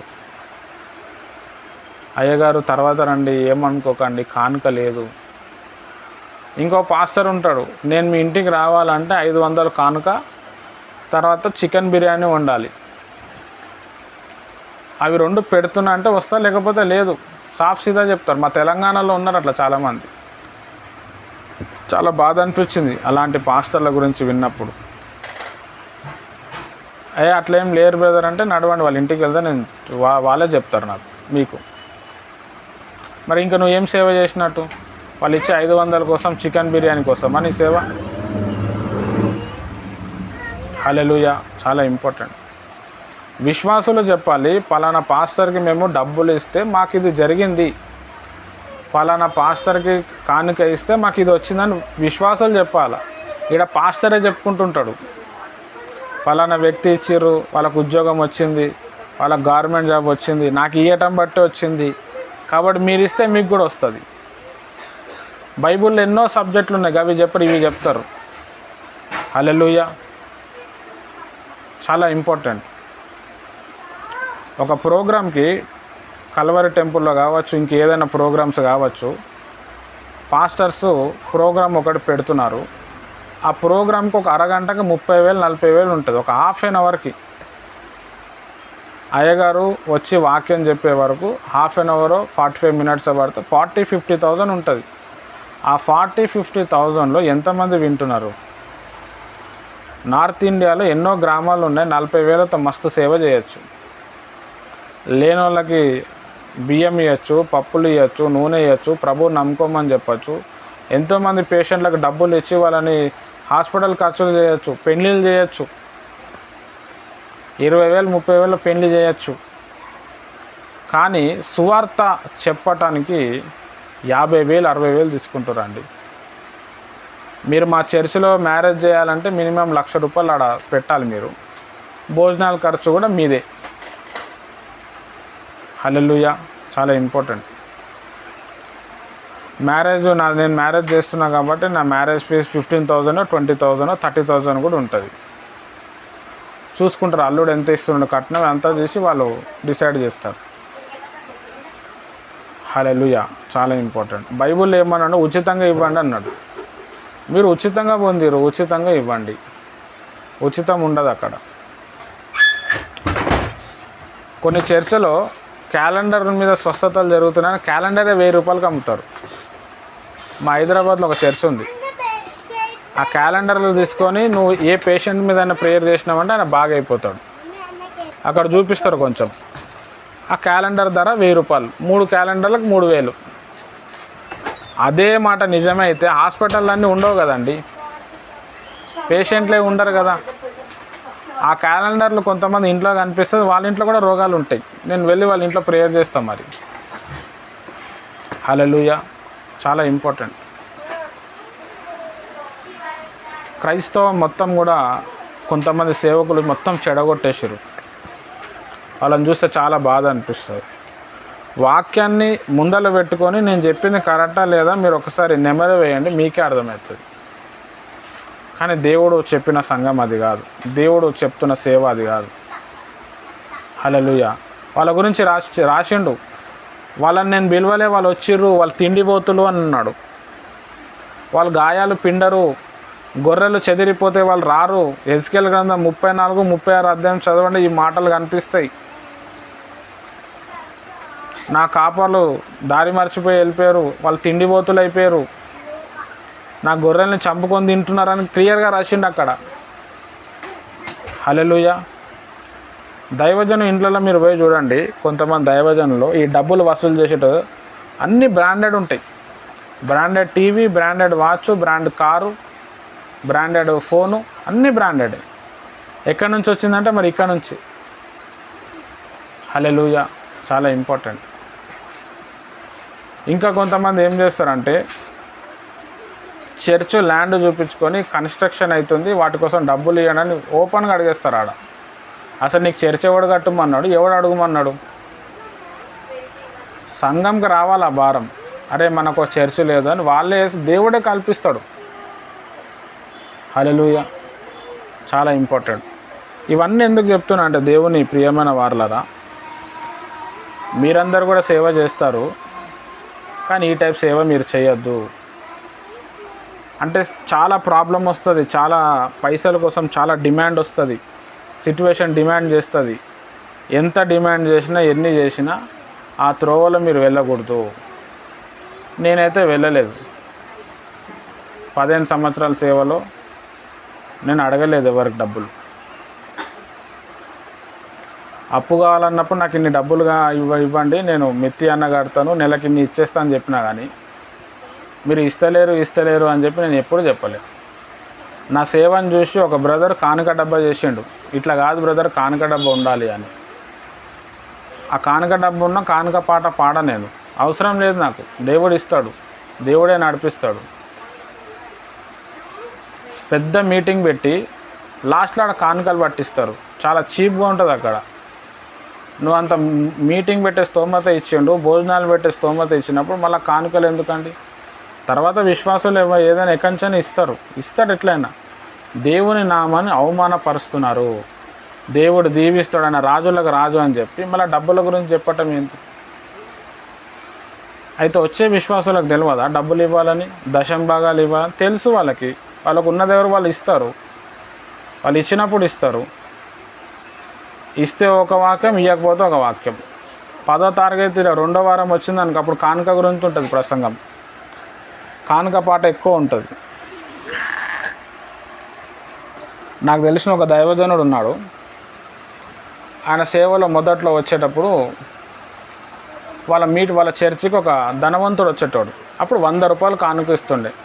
ఒక 20 ఏళ్ళు 30 ఏళ్ళ క్రితం స్టోరీ చెప్తున్నా. ఆయన వచ్చినప్పుడు ఈ పాస్టర్ గారు ఫుల్ హ్యాపీ అయిపోతుండే, వాక్యం చాలా డీప్గా చెప్తుండే. ఆయన రానప్పుడు ఈయన డల్ అయిపోతుండే. ఒకరోజు దేవుడు ఈయనతో మాట్లాడిండు, నువ్వు ఆయనను చూసి సేవకు వచ్చినావా, నన్ను చూసి సేవకు వచ్చినావా అని. అప్పుడు ఈయన కళ్ళు ఓపెన్ అయిపోయి ఈయన దేవుని తట్టు చూడటం మొదలుపెట్టాడు. పెద్ద సంఘం కట్టాడు ఆయన. 4-5 కోట్లు పెట్టి సంఘం కట్టిండు ఆయన. హల్లెలూయా. చాలా ఇంపార్టెంట్. సేవ చేసే మనము దేవుని చూసి వచ్చినాము. మన దగ్గర ఆశీర్వాదం ఉంది. మనకు రేషన్ బియ్యమే వస్తుంది, సరిపోతుంది. అదే దొడ్డు బట్టలు ఉన్నాయి, సరిపోతుంది. అదే వెళ్ళనికి డబ్బులు లేవు, నడుచుకుంటా చేద్దాం. 1 కేజీ చికెను ఒకసారికి వస్తుంది. పచ్చి పులుసు అయితే 10 రోజులు వస్తుంది. బతకటానికి తినాలి కాబట్టి ఏదో ఒక తిని సేవ చేయొచ్చు. చికెనే ఉండాలి, మటనే ఉండాలి. నేను మీ అందరికి అదే చెప్తాను, మీరు చికెన్ వండకండి, మటన్ వండకండి. కేజీ మటన్ 1000 రూపాయలు ఉంటుంది. 2 వారాల కూరగాయలు వస్తాయి. అది నా కోసం ఎందుకు వండుతారు? ఆ చికెన్కి 200-300 ఉంటుంది.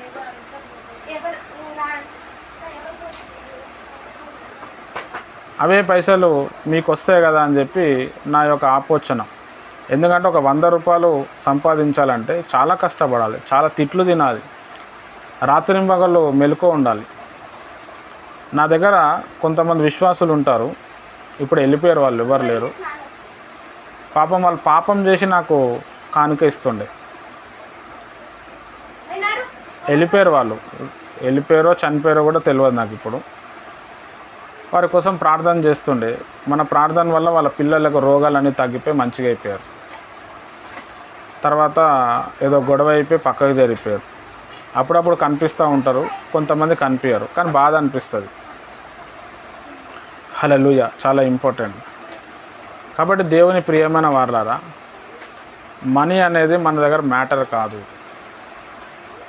డబ్బులు అది జస్ట్ ఓన్లీ చేతికి అంటిన మురికి. డబ్బులు మనిషిలో విలువ తీసిపడేస్తుంది, అన్నదమ్ముల్లో గొడవలు పెట్టిస్తుంది, మనసుని పగలగొడుతుంది, కొంతమందిని ఊరెత్తిస్తుంది. కొంతమంది సేవకులు ఉంటారు, డబ్బులు ఇచ్చిన వాళ్ళ గురించే మాట్లాడతారు. పలానా సిస్టర్ ఇంత ఇచ్చింది, పలానా సిస్టర్ వాళ్ళు వచ్చారు, వాళ్ళదే. ఇక సేవకుడు అన్నప్పుడు నువ్వు యేసు ప్రభువుని అడ్వర్టైజ్ చేయాలి. మరి నువ్వు ఎవరిని అడ్వర్టైజ్ చేస్తున్నావు? క్యాలెండర్లను అడ్వర్టైజ్ చేస్తున్నావు, ప్రేయర్ ఆయిల్ని అడ్వర్టైజ్ చేస్తున్నావు. నువ్వు జాగ్రత్త. దేవుని తీర్పు ఖచ్చితంగా ఉంటుంది. పౌలు భక్తుడు ఓన్లీ దేవుని ఒక వాక్యాన్ని అడ్వర్టైజ్ చేసిండు ఆయన. హల్లెలూయా. కొంతమంది సేవకులు మా చర్చిలో కర్చీఫ్ ఉంటుంది, అది కొనుక్కోండి, మీ పర్సులో పెట్టుకొని మీకు డబ్బులు వస్తాయి. కర్చీఫ్ ఉంటే దయ్యాలు పోతాయి. క్యాలెండర్లు, ఆ క్యాలెండర్ ఇంట్లో పెడితే దయ్యాలే రావు. క్యాలెండర్ అడ్వర్టైజ్మెంట్, కర్చీఫ్ అడ్వర్టైజ్మెంట్, సువార్తకి అడ్వర్టైజ్మెంట్, స్పాన్సర్స్ మీటింగ్స్. హల్లెలూయా. యేసుప్రభు శిష్యులు ఏమో అట్లా చేయలే కదా మరి. పేతుడు ఏమన్నా అంటే బంగారం వెండి నా దగ్గర లేదు, నా దగ్గర ఉన్నది నీకు ఇస్తున్నాను, యేసునామం లేవు అన్నాడు. ఆయన లోపల యేసునామం ఉంది, యేసుని ధరించిండు, దాన్ని బయటికి తీసిండు అంతే. సేవ చేసే మనము ఆ విధంగా ఉండాలి. అక్కడ అద్భుతం కాకపోని, స్వస్థత కాకపోని, వాళ్ళు డబ్బులు ఇవ్వకపోని దేవునికి మహిమ వస్తుంది. హల్లెలూయా. చాలామంది విశ్వాసులు ఈ డబ్బుల సమస్యతో మందిరాన్ని మానేస్తున్నారు. కొంతమంది కానుక ఇవ్వాల్సి వస్తుంది కదా అని చెప్పి వీళ్ళ దగ్గర డబ్బులు లేకపోతే మందిరంకే వస్తలేరు. ఉన్నారు, నాకు తెలిసిన వాళ్ళు ఉన్నారు కొంతమంది విశ్వాసులు.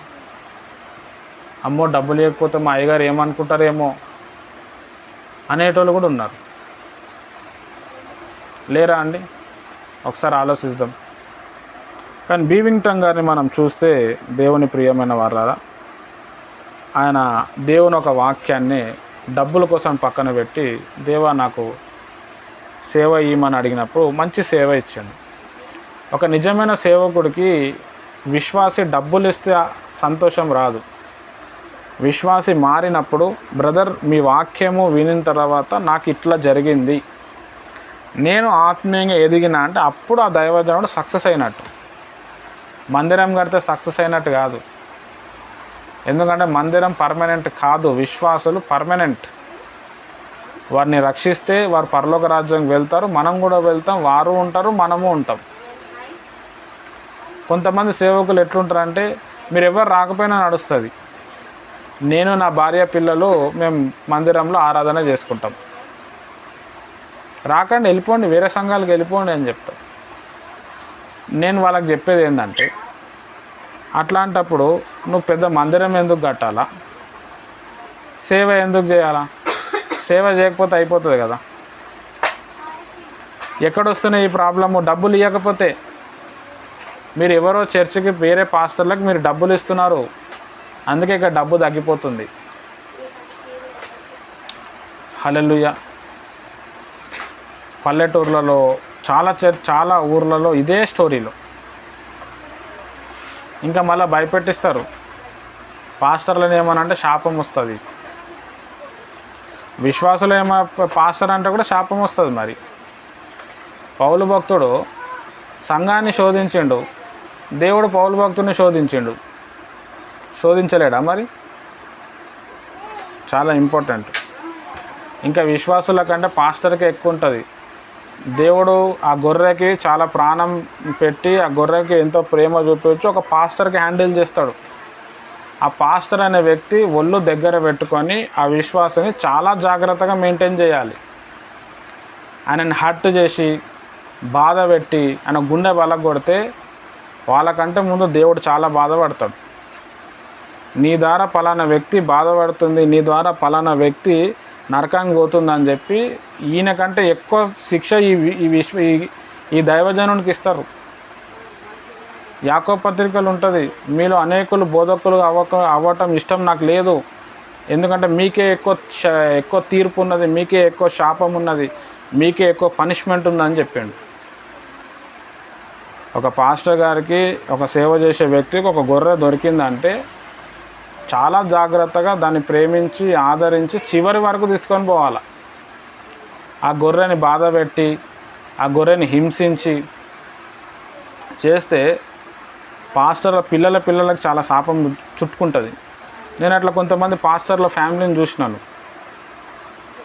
ఒక పాస్టర్ ఇట్లనే సంఘస్థులను ఏడిపిస్తూ ఉంటే ఇద్దరు పిల్లలు ఉన్నారు, ఒకడు 7వ తరగతి చదువుతున్నాడు, ఒకడు 5వ తరగతి చదువుతున్నాడు. ఇట్లా ఎండాకాలంలో ఏమైంది, చెరువులో పోతే ఆ చెరువులో ఇద్దరు మునిగిపోయారు, ఇద్దరు కొడుకులు చచ్చిపోయారు.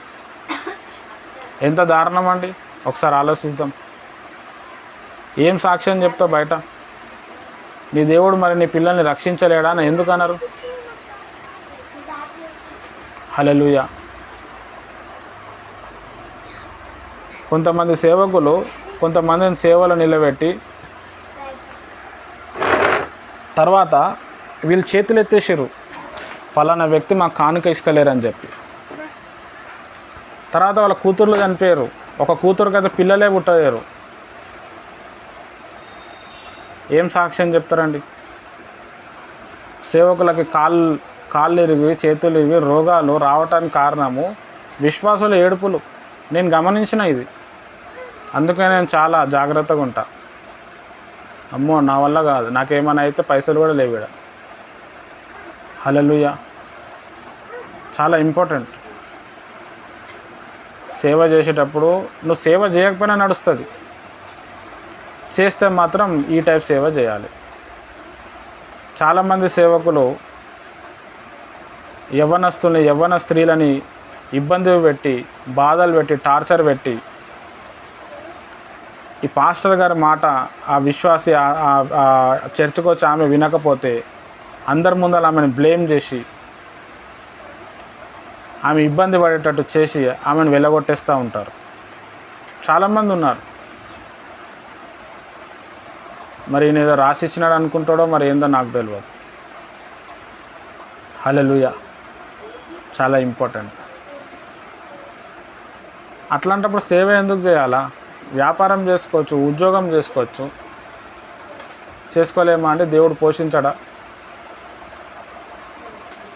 కూలి పని చేసుకొని కూడా బతుకుతారు. ఇప్పుడు అసలు డబ్బులే లేని వ్యక్తికి, అసలు చదువే లేని వ్యక్తి 20,000 వస్తున్నాయండి ఏదో ఒక కూలి పని చేసుకొని. హల్లెలూయా. చాలా ఇంపార్టెంట్. కాబట్టి దేవుని ప్రియమైన వాళ్ళారా, సేవ చేసేటప్పుడు చాలా మోకాల అనుభవం చాలా అవసరం. ఇవన్నీ అనుభవాలు మీకు తెలిస్తేనే మీకు స్పష్టత అనేది వస్తుంది. ఓహో ఇలా ఉండకూడదా అని చెప్పి మీకు తెలుస్తుంది. నేను చెప్పకపోయినా ఇంకా మీకు ఎట్లా తెలుస్తుంది అండి? ఇప్పుడు గ్రూప్లో నీలరాజు బ్రదర్ కొన్ని వీడియోస్ పెడుతున్నాను. ఆయన పెద్ద తోపుతురుమేం కాదు. ఆయన సేవకులను విమర్శిస్తుంటే ఫస్ట్ ఆయన స్థాయి ఏందో చూసుకోవాలి. ఆయన కొన్ని కొత్త విషయాలు చెప్తున్నాడు, సేవకుల పాపాలు ఎత్తి చూపిస్తున్నాడు, అది మనం తెలుసుకోవాలి. ఓహో సేవ నేను ఇట్లా చేయొద్దు.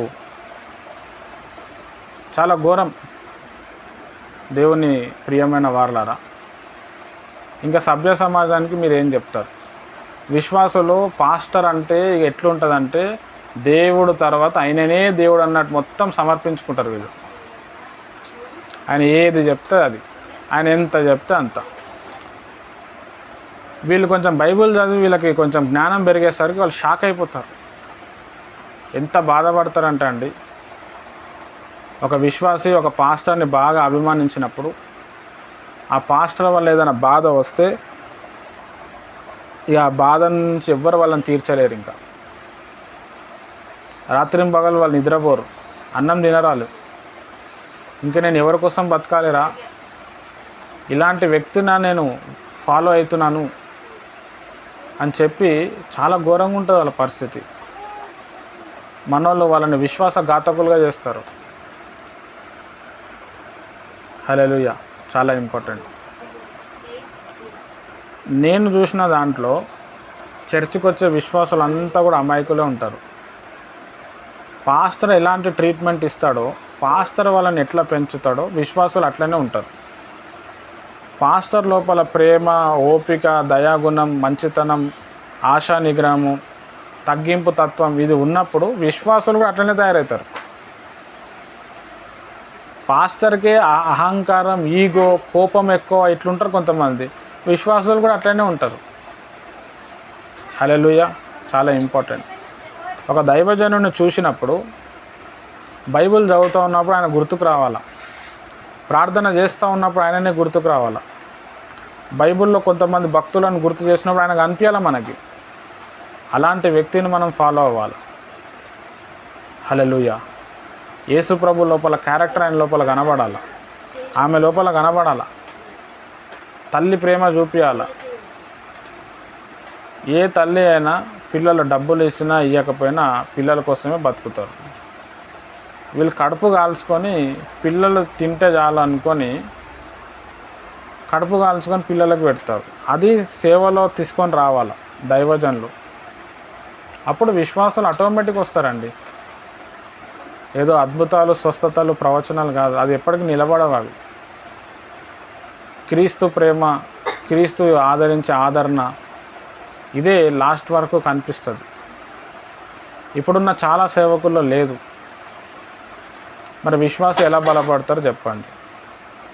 సేవకుల్లో ఫస్ట్ ఆఫ్ ఆల్ హీలింగ్ ప్రేయరే ఉండదు, హౌస్ విజిటింగే ఉండదు.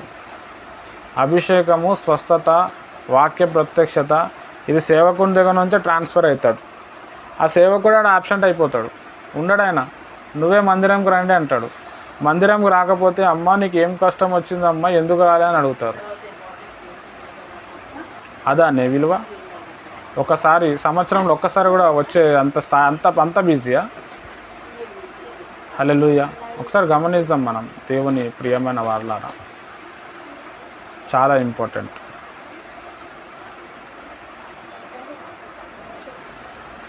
కాబట్టి దేవుని ప్రియమైన వారలారా, సేవకుల గురించి విన్నప్పుడు చూసినప్పుడు చాలా బాధ అనిపిస్తుంటుంది, వేదన కలుగుతుంటుంది.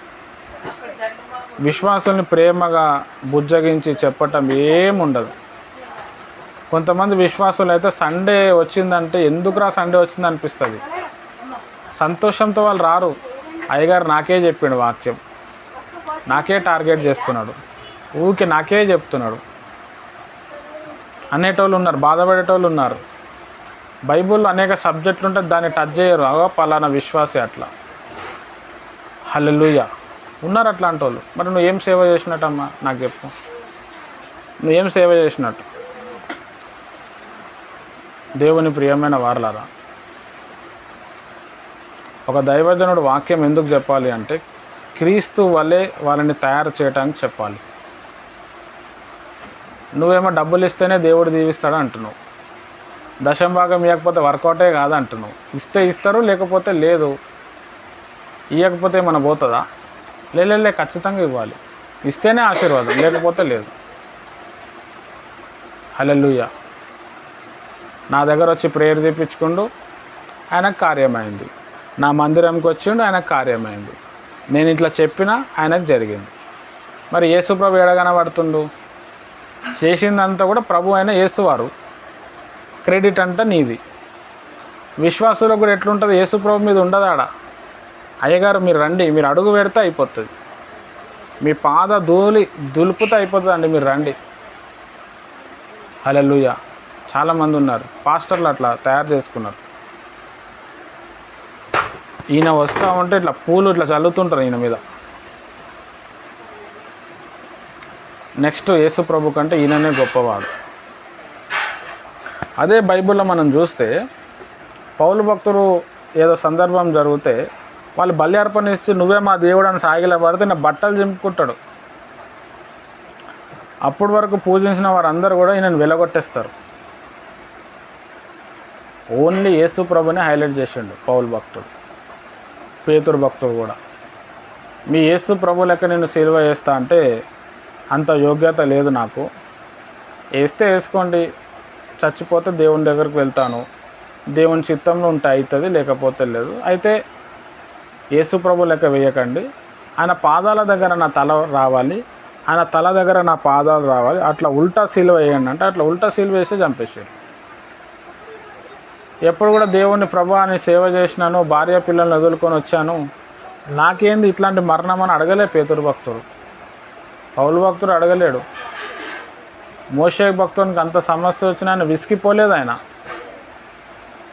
ప్రభా నా తర్వాత ఎవరిని సేవకు పంపించాలి అంటే అప్పటికి 2 కొడుకులు ఉన్నారు, వాళ్ళకి దాదాపుగా 70-80 సంవత్సరాలు ఉన్నారు.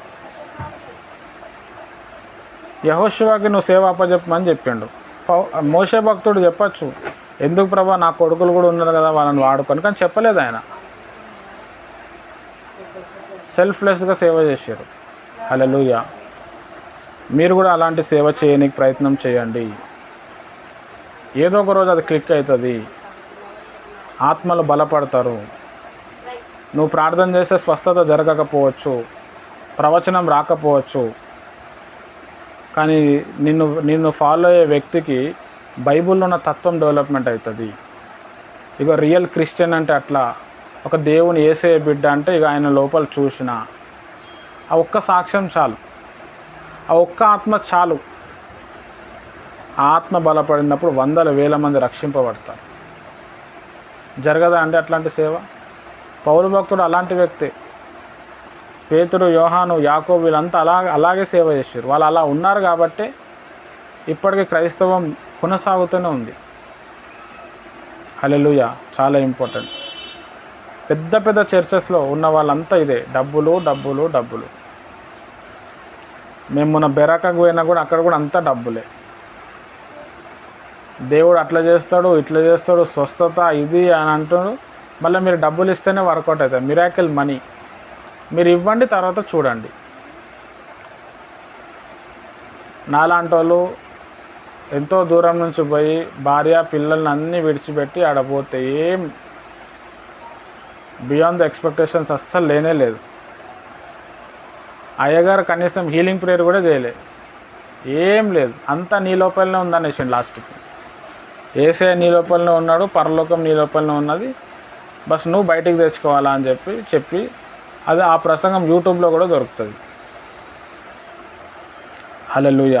చాలా ఇంపార్టెంట్. దేవుని ప్రియమైన వారలారా, లోకంలో అంతా కూడా కమర్షియల్ అయిపోతుంది. ఇప్పుడు ఇంట్లో కమర్షియల్, అన్నదమ్ములు అక్క చెల్లెల్లోనే కమర్షియల్ ఉంటుంది, తల్లిదండ్రుల పిల్లలనే కమర్షియల్ ఉంది. మందిరంలో కూడా కమర్షియల్ ఉంటే ఇంకేమున్నట్టు? మందిరంలో దైవజనుడు కూడా కమర్షియల్ అయిపోతే ఇంకేమున్నట్టు? నేను చెప్పేది అది. ఒక విశ్వాసి పాస్టర్ గారికి, అయ్యా నాకు హాస్పిటల్కి వెళ్ళేది ఉంది, ఎవరు లేదు అంటే, నేను బిజీ ఉన్నామ్మా, నాకు సేవ ఉందని చెప్పి తప్పించుకునేటోళ్ళు ఉన్నారు. లేరంటారా? నన్ను అడగండి. మళ్ళీ ఆ పాస్టర్ వాక్యం చెప్పి ఈయన ప్రభుని నమ్ముకుంటాడు. ఆ పాస్టర్ వాక్యం వినే వాళ్ళందరిని వదిలేసి దేవుని కోసం బతకాలని వస్తాడు. ఆ విశ్వాసకి సమస్య వచ్చినప్పుడు ఈ పాస్టర్ కనబడాడు అక్కడ. మరి నువ్వు ఏం సేవ చేసినాడు? ఫుల్ టైం సేవకు వచ్చి, ఫుల్ టైం సేవకులు అంటాము, ఒక సండే 1 గంటనో 2 గంటలో వాక్యం చెప్పేది ఉంటుంది. మిగతా వారం రోజులు నువ్వు ఏం చేస్తావు? నాకు చెప్పాలా? పాస్టర్లు అందరు కూడా, ఇంటికి రాని పాస్టర్లు చెప్పాలా? అంత పెద్ద పని ఏముంటుంది? చర్చ్ పక్కన విశ్వాసి ఇల్లు ఉంటుంది, అక్కడ నీ ప్రెజెన్స్ ఉండదు, అంత బిజీ. మరి నువ్వు మళ్ళీ దేవుని మందిరంకి రాకపోతే శాపం వస్తుంది, అది వస్తుంది, ఇది వస్తుంది అంటారు. లేరా అండి నేను చెప్పేటోళ్ళు? కాబట్టి దేవుని ప్రియమైన వారలారా, ఇక నేను చెప్పే విషయం ఏంటంటే, మీరు ఆ టైప్ సేవ చేయకండి.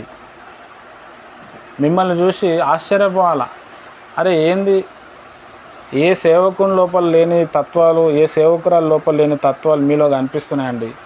ఫలానా పాస్టర్ అలా ఉన్నారండి, మీరు ఎందుకు ఇట్లా చెప్పగలగాల? చాలా కష్టం, కానీ చేయాలి మనం. ఆ తెగింపు రావాలి. మనం లేకపోతే ఇంకెవరు చేయరు. మనలో ఆ తత్వం డెవలప్మెంట్ అవ్వాలి. దేవుడు ఇస్తాడు. నిన్ను పిలిచినవాడు నమ్మదగినవాడు. ఆయన నిన్ను విడవాడు, ఎడబాయాడు. నీ పక్క 1000 మంది పడినను, నీ కుడి పక్క 10,000 మంది కూలినను అపాయం నీ యొద్దకు రాదు. నీ పాదములకు రాయి తగలకుండా ఆయన తన దూతలకు ఆజ్ఞాపించును. మళ్ళీ నీకెందుకంటే బౌన్సర్లు, ఆ బౌన్సర్లకు మళ్ళీ 10,000 20,000 శాలరీ. పాపం ఎక్కడి నుంచి వస్తున్నాయి ఆ డబ్బులు? మన దగ్గర నుంచే గుంజుతున్నారు కదా. మరి ఆ టైప్ సేవ జరుగుతుందా? ఒక విశ్వాసి ఒక పాస్టర్ దగ్గర ఎంతో అభిమానించి వెళ్ళినప్పుడు ఆ విశ్వాసి ఆ పాస్టర్ గారు కొద్దిసేపు మాట్లాడి వాళ్ళ ఇంటికి వస్తే ఆ విశ్వాసి ఎందుకు సంతోషపడాడు? ఫుల్ సంతోషం అవుతాడు.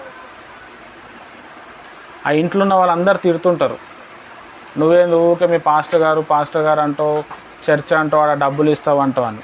ఆ పాస్టర్ గారు ఏమో ఈమెనే పట్టించుకోడు, ఈమె మాత్రం సండే పోతుంది.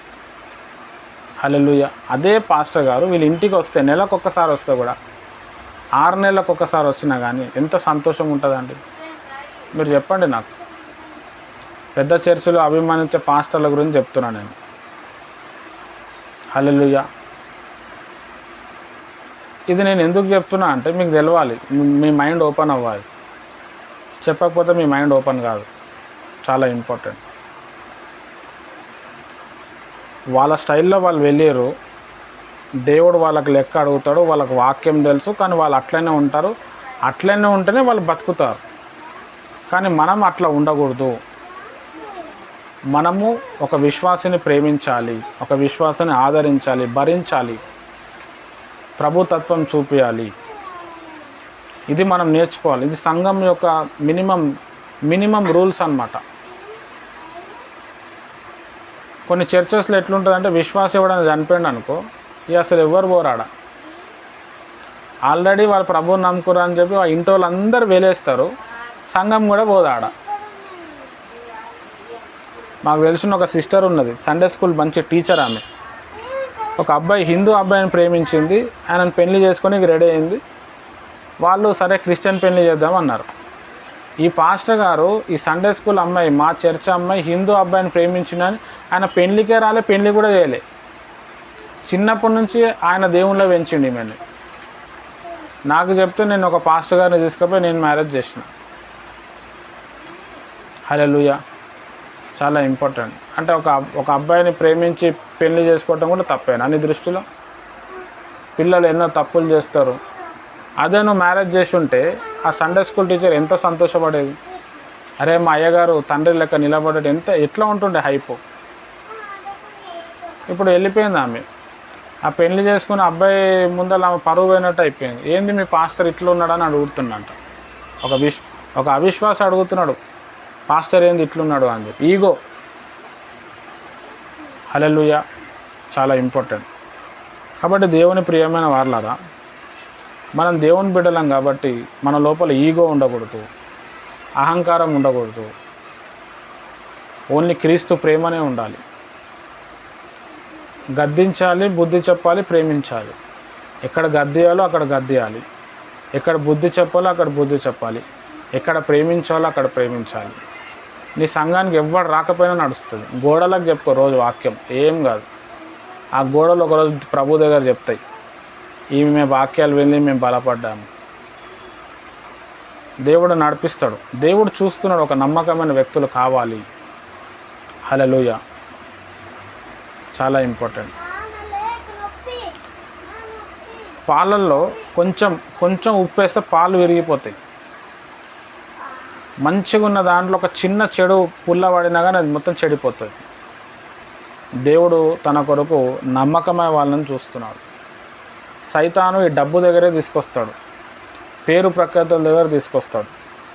హల్లెలూయా. చాలా ఇంపార్టెంట్. కాబట్టి దేవుని ప్రియమైన వారలారా, నేను చెప్పే విషయం ఏంటంటే, బైబిల్ని మీరు ఫాలో అవ్వండి, నన్ను కూడా ఫాలో అవ్వకండి. నేను చెప్పిందే కరెక్టు, నాదే కరెక్టు, నేనే తురుము తోపు ఆ టైప్ కాదు. నాకు అవసరం లేదు. మిమ్మల్ని సాటిస్ఫై చేసి వాక్యం చెప్పటం నాకు అవసరం లేదు. ఉంటే ఉంటారు, లేకపోతే ఓడిపోతారు. మీలో వాక్యం ఉంటే నన్ను వెంబడిస్తారు. నేను ఎప్పుడు మిమ్మల్ని విమర్శించింది లేదు, మిమ్మల్ని ఇన్సల్ట్ చేసింది లేదు, మిమ్మల్ని బ్లేమ్ చేసింది లేదు. పోనీ మీరు చెప్తే నేను వినను బ్రదర్, నాకు నచ్చలే అని నేను చెప్పలేదు. నేను ఎప్పుడు చెప్పను. దేవుడు నాకు అది నేర్పేయలేదు. ఎవరేది చెప్పినా అది వినాలా, ఫాలో అవ్వాలా. విషం ఇచ్చినా ప్రార్థన చేసి తాగేయాలని చెప్పి దేవుడు చెప్పిండు. దేవుని చిత్తంలో ఉంటే బ్రతుకుతా, లేకపోతే లేదు. కానీ నేను చెప్తుంది ఏంటంటే, వాక్యాన్ని నమ్మండి, వాక్యాన్ని ఫాలో అవ్వండి. వాక్యమే మిమ్మల్ని బ్రతికిస్తుంది. మీరు వాక్యాన్ని చూసే ప్రభువుని నమ్ముకున్నారు. వాక్యం బట్టే మీరు రక్షింపబడ్డారు. వాక్యాన్ని బట్టే మీరు ప్రభువుతో పాటు మళ్ళీ రూల్ చేయబోతున్నారు. వాక్యాన్ని బట్టే మీరు ఎత్తబడబోతున్నారు. ఎందుకంటే వాక్యమే యేసు ప్రభు కాబట్టి. హల్లెలూయా. చాలా ఇంపార్టెంట్. చాలా విశ్వాసాల్లో నేను గమనించినది ఏంటంటే, వాక్యం చదవక, వాక్యం తెలియక పాస్టర్ గారు ఏది చెప్తే అదే కరెక్ట్. ఇంకా ఆయన పాపం గురించి ఖండించకపోయినా అదే కరెక్ట్. ఉన్నారు కొంతమంది విశ్వాసం, నేను మీకు చూపిస్తా కావాలంటే. ఒక ఫేమస్ పాస్టర్ ఉన్నాడు, నాకు బాగా క్లోజ్ అయిన. వాళ్ళ గురువు గారు కూడా ఉన్నారు. మా గురువు గారి కోసం నేను నరకానికైనా వెళ్ళిపోతా, కానీ నేను మాత్రం గురువు గారిని వదలను. యేసు ప్రభువులో కూడా తప్పు ఉంది, కానీ మా గురువు గారిలో ఏం తప్పు లేదు. నేను ఈరోజు వాక్యం చెప్తున్నా అంటే మా గురువు గారు వాళ్ళనే. యేసు ప్రభు వారు వచ్చి నన్ను పురుగులో పడి నన్ను చంపిన, నరకంలో కొన్ని సంవత్సరాలు కాల్చినా పర్వాలేదు, కానీ నాకు మొదట మా గురువు గారు, తర్వాత యేసు ప్రభు అన్నాడు ఆయన. అట్లా పాస్టర్ మైండ్ వాష్ చేసి విశ్వాసాలను అట్లా తయారు చేసారు. పాస్టర్ అనే వ్యక్తి, ఒక వాక్యం చెప్పే వ్యక్తి, మీరు ఎప్పుడైనా ఈ పాయింట్ గుర్తుపెట్టుకోవాలి.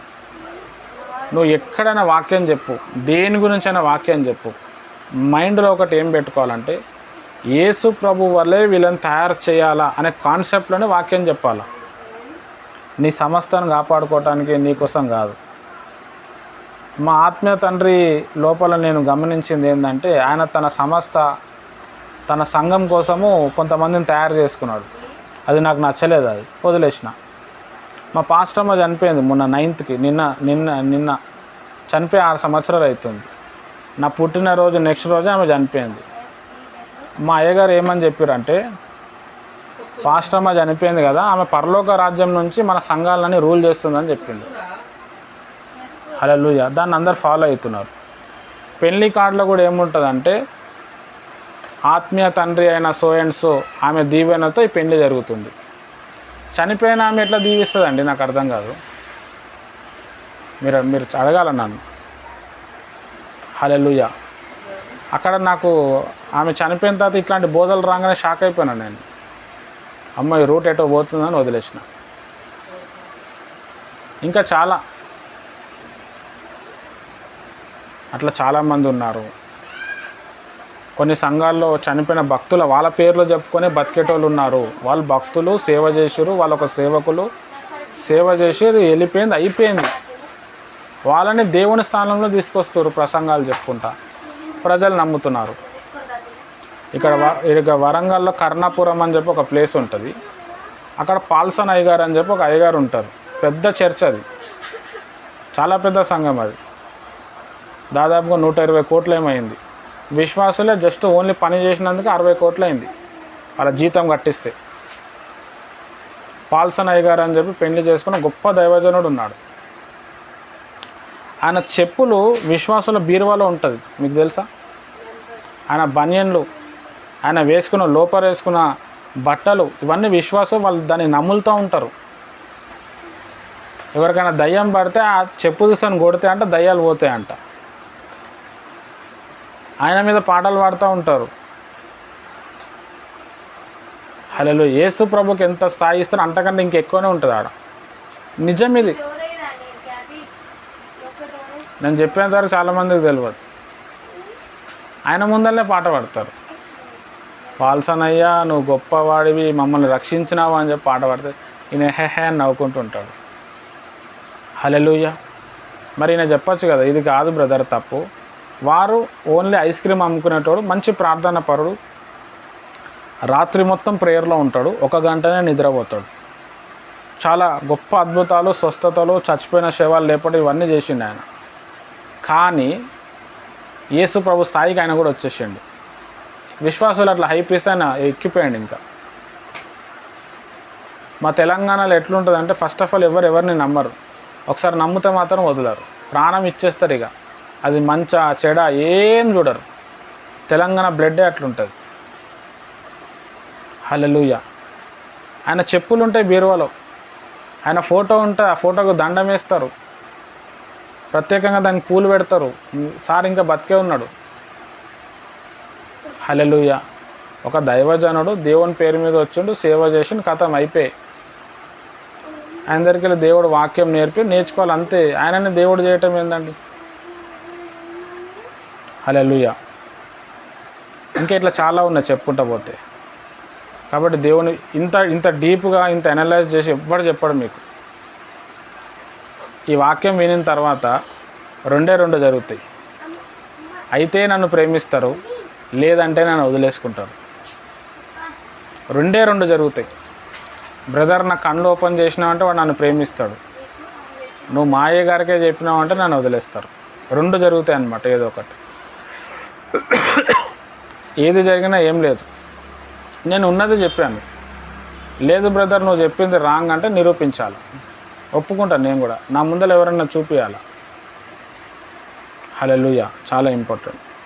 ఇట్లా పాస్టర్లు ఎందుకు పడిపోతున్నారు అంటే, మంత్రాల ప్రభావం, సైతాన్ ప్రభావం, మొదటి స్థితిని మర్చిపోవటం, సరైన గురువులు లేక, దేవుని ఒక స్వరం తరచుగా వినలేక, డబ్బులు వచ్చేసినాయి, నాకేముంది, నేను సెటిల్ అయిపోయాను, నాకు ఒక మందిరం వచ్చేసింది, వాహనాలు ఉన్నాయి, విశ్వాసులు వస్తే వస్తారు, లేకపోతే లేదు, నాకేం అవసరం. అలాంటి ట్రాన్స్లో ఉండటం వల్ల వాళ్ళు అట్లా తయారయ్యారు, విశ్వాసులు కూడా అట్లా తయారైపోయారు. ఇంకా కొంతమంది పాస్టర్లు ఏం చేస్తారంటే, అగో నా గురించి అట్లా చెప్పారు కదా, వాళ్ళకి ఇట్లా జరిగింది. దానికి సిగ్గుపడాలా పాస్టర్, అరే నా వల్ల ఇట్లా మాట్లాడినందుకు పలానా వ్యక్తి బాధపడ్డాడు కదా అని. యేసు ప్రభు వారిని ఉమ్ముతూ ఉంటే, ప్రభా వీళ్ళు ఏం చేస్తారో వీళ్ళకి తెలియదు, క్షమించు, నీ శాపం వారి మీద రావద్దని ప్రార్థన చేసిండు. కానీ దైవజనుడు అయిన నువ్వేంది, అగో పలానా ఆమె నన్ను తిట్టింది, ఆమె కాలు ఇరిగిపోయింది, పలానా వ్యక్తి నన్ను ఇట్లా చెప్పారు, వాళ్ళకి ఫిట్స్ వచ్చింది, ఈ వాక్యాలు అన్నమాట. లేదా మీరు ఎప్పుడు వినలేదా మీ చర్చిలో? నాకు చెప్పండి. యేసు ప్రభుని దైవజనుని మీరు ఒకసారి పోల్చండి అక్కడ. మరి ఆయన ఏం ఆత్మీయత అంటే నన్ను ఎవడు తిట్టద్దు, నేను తప్పు చేసినా మీరు నన్ను ఏం అడగద్దు, మీకు అనవసరం. హల్లెలూయా. కాబట్టి దేవుని ప్రియమైన వారలారా, వాక్యం చదవండి, దాన్ని ధ్యానం చేయండి, ఓన్లీ యేసు ప్రభునే ఫాలో అవ్వండి. మా పాస్టర్ గారిని ఎగిరేరు అనుకోండి, నా గురించి కూడా చెప్తున్నా, నేను ఏదైనా తప్పిదం చేస్తే నన్ను చూసి హట్ అయిపోతారు, మీరు వదిలేసుకుంటారు, అన్యుల్లో కలిసిపోతూ ఉంటారు. అందుకే మొదట్లకెళ్ళే చెప్తున్నా, ఓన్లీ యేసయ్యనే ఫాలో అవ్వండి. ఇలాంటి ప్రసంగాలు చాలా రేర్, చాలా తక్కువ మంది చెప్తారు. అసలు గట్టిగా చెప్పాలంటే మీరు ఎక్కడ విని ఉండరు. నేను చెప్తుందంతా కూడా నిజమే. హల్లెలూయా. చాలా ఇంపార్టెంట్. బేవింగ్టన్ గారి గురించి, ఆయన గురించి నేను ఎందుకు ఇంత హైప్ ఇస్తున్నా అంటే, అంతకుముందు కూడా ఆయన ప్రసంగాలు ఆయన గురించి వింటూ ఉన్నాం. ఒక ఆమెకు షూస్ రావాలని చెప్పి దాదాపుగా 11 గంటలు ప్రార్థన చేసిండు ఆయన. అక్కడ పడిపోయినా నేను కూడా చేయలే అంత. షూస్ ప్రభా ఆమెకు షూస్ ఇప్పిమని చెప్పి 11 అవర్స్ ప్రేయర్ చేయటం ఏందండి? రాత్రంతా ప్రేయర్ చేసిండంట. ఆయనకు దర్శనంలో దేవుడు జవాబు చూపిస్తే అప్పుడు ఆ ప్రేయర్ క్లోజ్ చేసిండంట. ఇట్లాంటి చిన్న చిన్న మూమెంట్స్ ఆయన ఫేస్ కూడా నాకు తెలియదు, చాలా నేను నేర్చుకున్నాను. హల్లెలూయా. ఇప్పుడు కూడా విన్నప్పుడు అది చాలా చిన్న సందర్భమే, అది చెప్పొద్దు, వేరే దాంట్లో పోదామంటే అదే చెప్పాలా అంటే ఇదంతా బయటికి వచ్చింది. అంత డబ్బులు ఇస్తుంటే కూడా ఆయన తీసుకోకుండా వద్దులే అని చెప్పేసి వెళ్ళిపోతే, మళ్ళీ వేరే ఊరిలో మంచి సేవ జరిగింది, అనేక మంది రక్షింపబడ్డారు. దేవుని పక్షాన మనం సేవ చేయాలని ఆయన క్యాప్షన్ రాసిండు అక్కడ. నిజమే అది. హల్లెలూయా. చాలా ఇంపార్టెంట్. ఇప్పుడున్న చాలా చర్చిలో మీరు చూడండి, సువార్త ఎక్కడైతే ప్రకటింపబడుతుందో అక్కడే ప్రకటింపబడుతుంది. చెప్పిన వాళ్ళకే చెప్తారు, అన్యులకు చెప్తలేరు. చాలా బాధ అనిపిస్తూ ఉంటుంది. మరి అన్యులకు ఎట్లా తెలుస్తుందండి? మీరు చెప్పాలా. అన్నీ డబ్బులు ఖర్చు పెడుతున్నాము, అదే వేరే ప్రాంతంలో ఖర్చు పెట్టచ్చు, ఏదో ఒకటి చేయొచ్చు, ఏముండదు అక్కడ. చాలామంది ఆంధ్రాలో ఉన్న సేవకులు, ఇక్కడున్న పెద్ద పెద్ద సేవకులు అందరు ఇక్కడ పుట్టిన వాళ్ళు కాదు, ఎక్కడి నుంచో వచ్చిన వాళ్ళు, కానీ ఇక్కడే సేవ చేస్తూ ఉంటారు. అందరికి ఒకటే దర్శనం ఉంటుందా? అందరికీ దేవుడు హైదరాబాద్లో సేవ చేయమంటాడా? ఒకసారి ఆలోచించండి మీరే. హల్లెలూయా. ఊర్లలో సేవ చేయటమే కష్టం, సిటీలో సేవ చేయటం చాలా ఈజీ. సిటీలో ఎట్లా అన్ని ఫెసిలిటీలు ఉంటాయి, ఊర్లలో ఉండవు. చాలా తక్కువ మంది సిటీ వదులుకొని ఊర్లలో తిరుగుతారు, పిచ్చోళ్ళు. హల్లెలూయా. చాలా ఇంపార్టెంట్. దేవుని ప్రియమైన వారలారా, ఒకసారి మనం గమనిస్తాం. ఇక్కడ ఏ దైవజనులైనా తీసుకోండి మీరు. మా తెలంగాణలో అయితే మొత్తం ఆంధ్ర పాస్టర్సే ఉన్నారు. ఆంధ్ర నుంచి వచ్చిన వాళ్ళే మళ్ళీ వాళ్ళు. తెలంగాణలో పుట్టి తెలంగాణ హైదరాబాద్లో పెరిగి సేవ చేసే వాళ్ళు చాలా తక్కువ మంది ఉన్నారు. హల్లెలూయా. చాలా ఇంపార్టెంట్. కాబట్టి దేవుని ప్రియమైన వారలారా, ఇక్కడ నేను చెప్పేది ఏంటంటే, ఎక్కువగా ప్రేయర్లో గడపండి. ప్రభా నిన్ను చూపించాలి, నేను ఈ లోకంలో ఏది దొరకకపోయినా నడుస్తుంది, నిన్ను ఆదరించాలి, నీ వల్ల నేను ఉండాలి, నీలాంటి సేవ నేను చేయాలి. ఎలా చేయాలి నాకు నేర్పించు. నాకు ఏం దొరకకపోయినా నడుస్తుంది, డబ్బులు లేకపోయినా నడుస్తుంది, కానీ ప్రభా నీ కొరకు నేను జీవించాలి, నీ రాకడలో కొంతమందినైనా నేను సిద్ధపరచాలి. ప్రభా నువ్వు నాకు సాయం చేయి. దేనికి నేను లొంగిపోవద్దు, ఒక మంచి నీ యొక్క వ్యక్తిత్వాన్ని నేను డెవలప్ చేయాలి ప్రభా అని ప్రార్థన చేస్తే దేవుడు మీకు ఆ ప్రత్యక్షతలు ఇస్తాడు, మిమ్మల్ని వాడుకుంటాడు. దేవుడి మాటలు దీవించునుగాక. ఆమెన్. మంచిది, మనం ప్రార్థన చేసుకుందాం. స్తోత్రం ప్రభా, పరిశుద్ధమైన దేవ. Praise lord. సిస్టర్ ఏమైనా చెప్పాలనుకుంటారా? చిన్న డౌట్ అండి. ఈ సేవకులందరూ కూడా ఇలా విరుద్ధంగా నడుస్తూ ఉన్నారు కదండి, అంత ఆలోచన చెప్పిన సేవ పరిచయం అనేది కొనసాగిస్తూ ఉన్నారు కదండి. దేవుడు వాళ్ళని హెచ్చరించడాన్ని మందలించడా అంటే ఏదో చెప్పాలి కదా వాళ్ళకి, అంత ఆ విధంగా నడుస్తుంటే. నీతిమంతులకి అనేక ఆపదలు వచ్చిన ఆయనను తిరిగి వేస్తారని చెప్తారు కదా. ఒకసారి అవినీతి మంతులను కూడా దేవుడు ఖండించాలి కదా, లేకపోతే తీర్పు దినం వరకు కూడా మనం అలాగే ఉంచుతాడా దేవుడు? ఏంటండి? దేవుడు అందరికీ స్వేచ్ఛ ఇచ్చింది సిస్టర్, నీకు కానీ నాకు కానీ.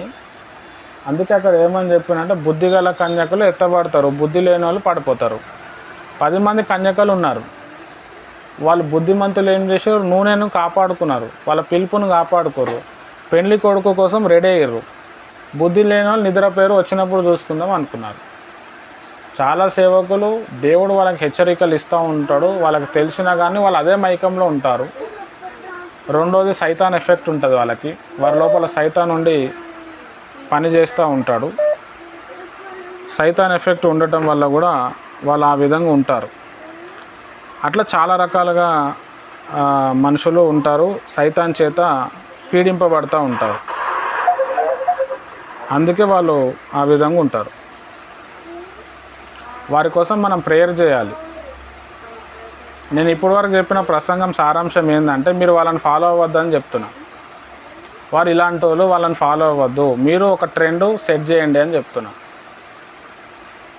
చాలామంది అదే ఫాలో అయిపోయి అదే కరెక్ట్ అనుకుంటారు.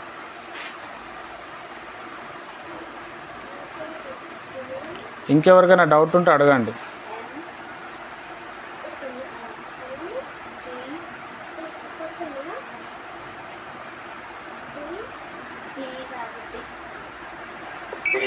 ఎలా తెలుసుకున్నాం రోజు సేవ ఎలా చేయాలి, సేవ ఎలా చేయకూడదు అనే విషయాలు కూడా చాలా బాగా చెప్పారు. అంటే కొన్ని విషయాలు మాకు తెలియకపోవచ్చు, అవన్నీ మీరు బాగా తెలుసుకుని మరీ చెప్పారు. ఎందుకంటే మేము జస్ట్ క్యాజువల్ గా వ్యక్తులు మాత్రమే చూస్తాం, కానీ వెనకాల ఏం జరుగుతుందో అప్పుడు చూడలేము. మీరు హైదరాబాద్ లో ఉండడం వల్ల అన్ని విషయాలు తెలుసుకున్నారు, అందులో మొత్తం మీకు వందనాలు అన్నయ్య. దీన్ని బట్టి మేము ఏం నేర్చుకుంటామంటే సేవ ఎలా చేయాలి, ఏ విధంగా చేయాలి, ఆశించి చేయాలి, ఆశించి చేయకూడదా, ఎక్కడ సేవ చేయాలి, ఎక్కడ సేవ చేయకూడదు అనే విషయాలు పూర్తిగా తెలుసుకున్నాం అన్నా. చాలా థ్యాంక్ యూ అన్నా.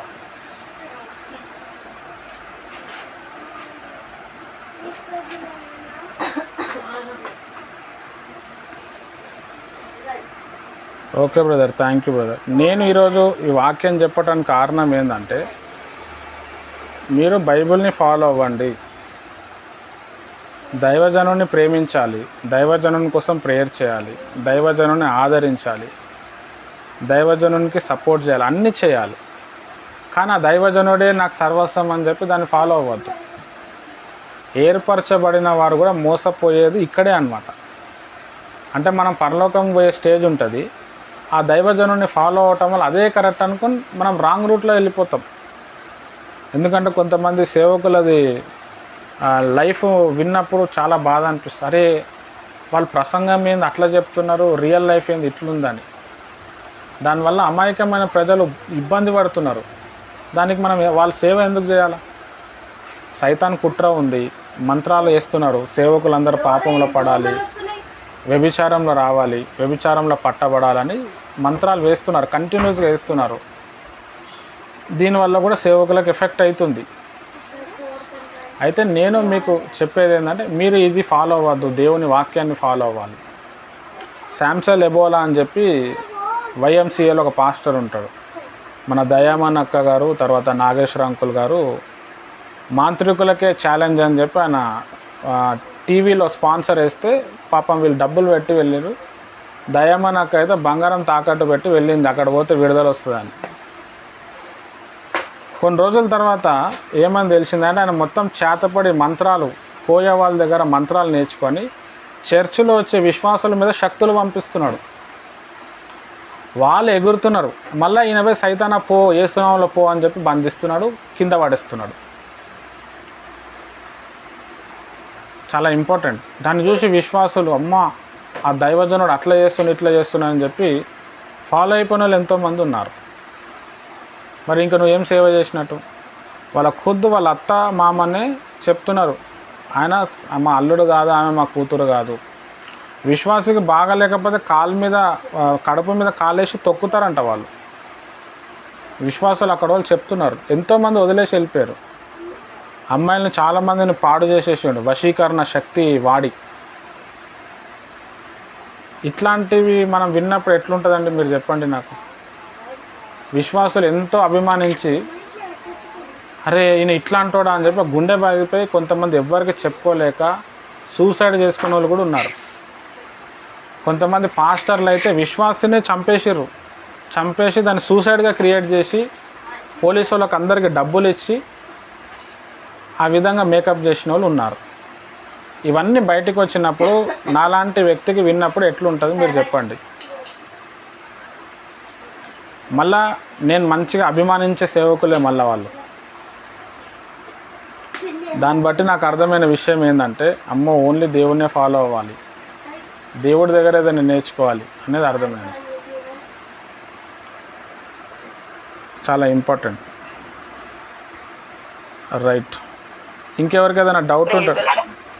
Sister praise the Lord. అయితే మీరు ఇప్పుడు చెప్పారు కదా హైదరాబాద్ సాంసన్ మాస్టర్ గారి కోసము, అది ఎలా అంటే అది 2014లోనో 15లో అనుకుంటాను. అయితే ఇక్కడ జాన్సక్ అని మార్చవరము ఆ సంఘానికి వెళ్ళేదాన్ని. ఆమె ఎప్పుడు కూడా సేవకులు ప్రసంగాలు పెడతాది.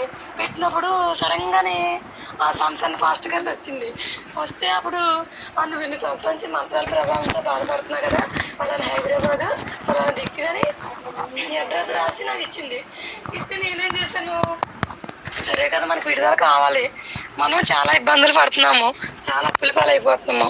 అయితే నేను ఏం చేశాను, ఆ చైన్లో లాకెట్ ఉంటుంది అరకొస్తుంది, అది అమ్మేసి ఆ డబ్బులు పట్టుకుని హైదరాబాద్ వెళ్ళాను. నేను హైదరాబాద్ వెళ్ళినప్పుడు నా దగ్గర అంకుల్ గారు ఇంకో వేరే వాళ్ళు ఇద్దరు ఉన్నారు. ఇద్దరుంటే ఏ ఊరండి అంకుల్ అంటే మాది విజయవాడమ్మ, మాకు భయంకరమైన మంత్రాల ప్రభావం ఉంది, ఇక్కడ వచ్చాము, ఇక్కడికి వస్తే విడుదల వస్తుందని మేము వచ్చాము అని చెప్పారు. అయ్యో నేను కూడా అందుకే వచ్చాను అంకుల్, నేను పలాని అమలాపురం దగ్గర అంబాజీపేట మాది 2 సంవత్సరాల నుంచి మంత్రాల ప్రభావంతో బాధపడుతున్నానండి అంకుల్ గారు అంటే, అసలు మేము వెళ్ళినప్పుడు మమ్మల్ని అసలే పట్టించుకోలేదు కూడా, అసలు పట్టించుకోలేదు, మాతో మాట్లాడలేదు కూడా. చాలా వెయిట్ చేసాం మేము అక్కడ, చాలా పొద్దున సాయంకాలం వరకు ఉన్నాము. అసలు మమ్మల్ని ఏం పట్టించుకోలేదు, తల మీద చేపెట్టి కూడా ప్రార్థన చేయలేదు. అప్పుడు అంకుల్ గారు అన్నారు, సరే అమ్మ తని మేము కలిసి ఒకే ట్రైన్లో వెళ్ళిపోవచ్చు అనేసి హైదరాబాద్లో అక్కడ ట్రైన్ ఎక్కడం జరిగింది. ఆ తర్వాత మా ఎదురుగుండగా మన సాంసన్ అన్నగారు మేము ముగ్గురం చెప్పుకున్నాం మా సమస్యలు. అంకుల్ గారే మేము తీస్తాం డబ్బులు, మాకు విడుదల ప్రేయర్ చేయొచ్చు కదా అని అంకుల్ గారు చెప్తున్నారు. అయితే ట్రైన్ లో ఇలా మాట్లాడుకుంటుంటే అప్పుడు సాంసన్ అన్నయ్య ఏంటి మీ ప్రాబ్లం అక్క అని అడిగినప్పుడు, అన్న మరి పలానూరు పలాని సమస్య కోసం వచ్చాము అంటే, అప్పుడు ట్రైన్ లో అప్పుడు అన్నయ్య మా నెంబర్ తీసుకోవడం జరిగింది. నాజరా అంకుల్ గారి నెంబరు, నా నెంబరు. అప్పటి నుంచి అన్నయ్య పరిచయం మాకు. ఇప్పుడైతే మరి చాలా సేవకుల గురించి ఎలా ఉన్నారు, ఎలా సేవ చేయకూడదు, ఎలా సేవ చేయాలి, చాలా మంచి మాటలు చెప్పారు అన్నయ్య. ఎందుకంటే నేను కూడా చాలా మంది సేవకులను చూశాను, చాలా మంది చూశాను. నేను చూసినప్పుడు మొన్న పోయిన సంవత్సరంలో ఒక పాస్టర్ గారు మా ఇంటికి వచ్చారు. ఇంటికి వచ్చిన తర్వాత భార్య భర్తలు వచ్చారండి. వచ్చిన తర్వాత నేను ప్రేయర్ ఇచ్చాను, ప్రేయర్ చేయండి బ్రదర్ అని ఇస్తే, నువ్వు 10,000 ఇస్తే చేస్తాను ప్రేయర్ అంటున్నారు. అయ్యో బ్రదర్ నా దగ్గర 10,000 కాదు కదా, 1,000 రూపాయలు కూడా లేవు నా దగ్గర అన్నాను. ఊరికి ఇలా జోక్ చేశాను నేను అన్నారు. ఇలాంటి సేవకులు చాలా మందిని చూశానండి నేను. తర్వాత అన్నయ్యని చూశాను. అన్నయ్య ఎప్పుడు కూడా ఈ దేనికోసం ఆశించరు, వాళ్ళు బాగుపడాలి, వాళ్ళు విడుదల పొందాలి, మంచిగా అవ్వాలి, ఇదొక్కటే కోరుకుంటారు అన్నయ్య. అన్నయ్యని చాలా ఇష్టపడతాను. మరి మంచి మాటలు చెప్పారు అన్నయ్య. అన్నయ్యలాగా ఎవరు కూడా చెప్పుకుంటారు మనకి, చాలా మంచి విషయాలు చెప్పారు అన్నయ్య. అన్నయ్య ప్రైజ్ లార్డ్ అన్నయ్య.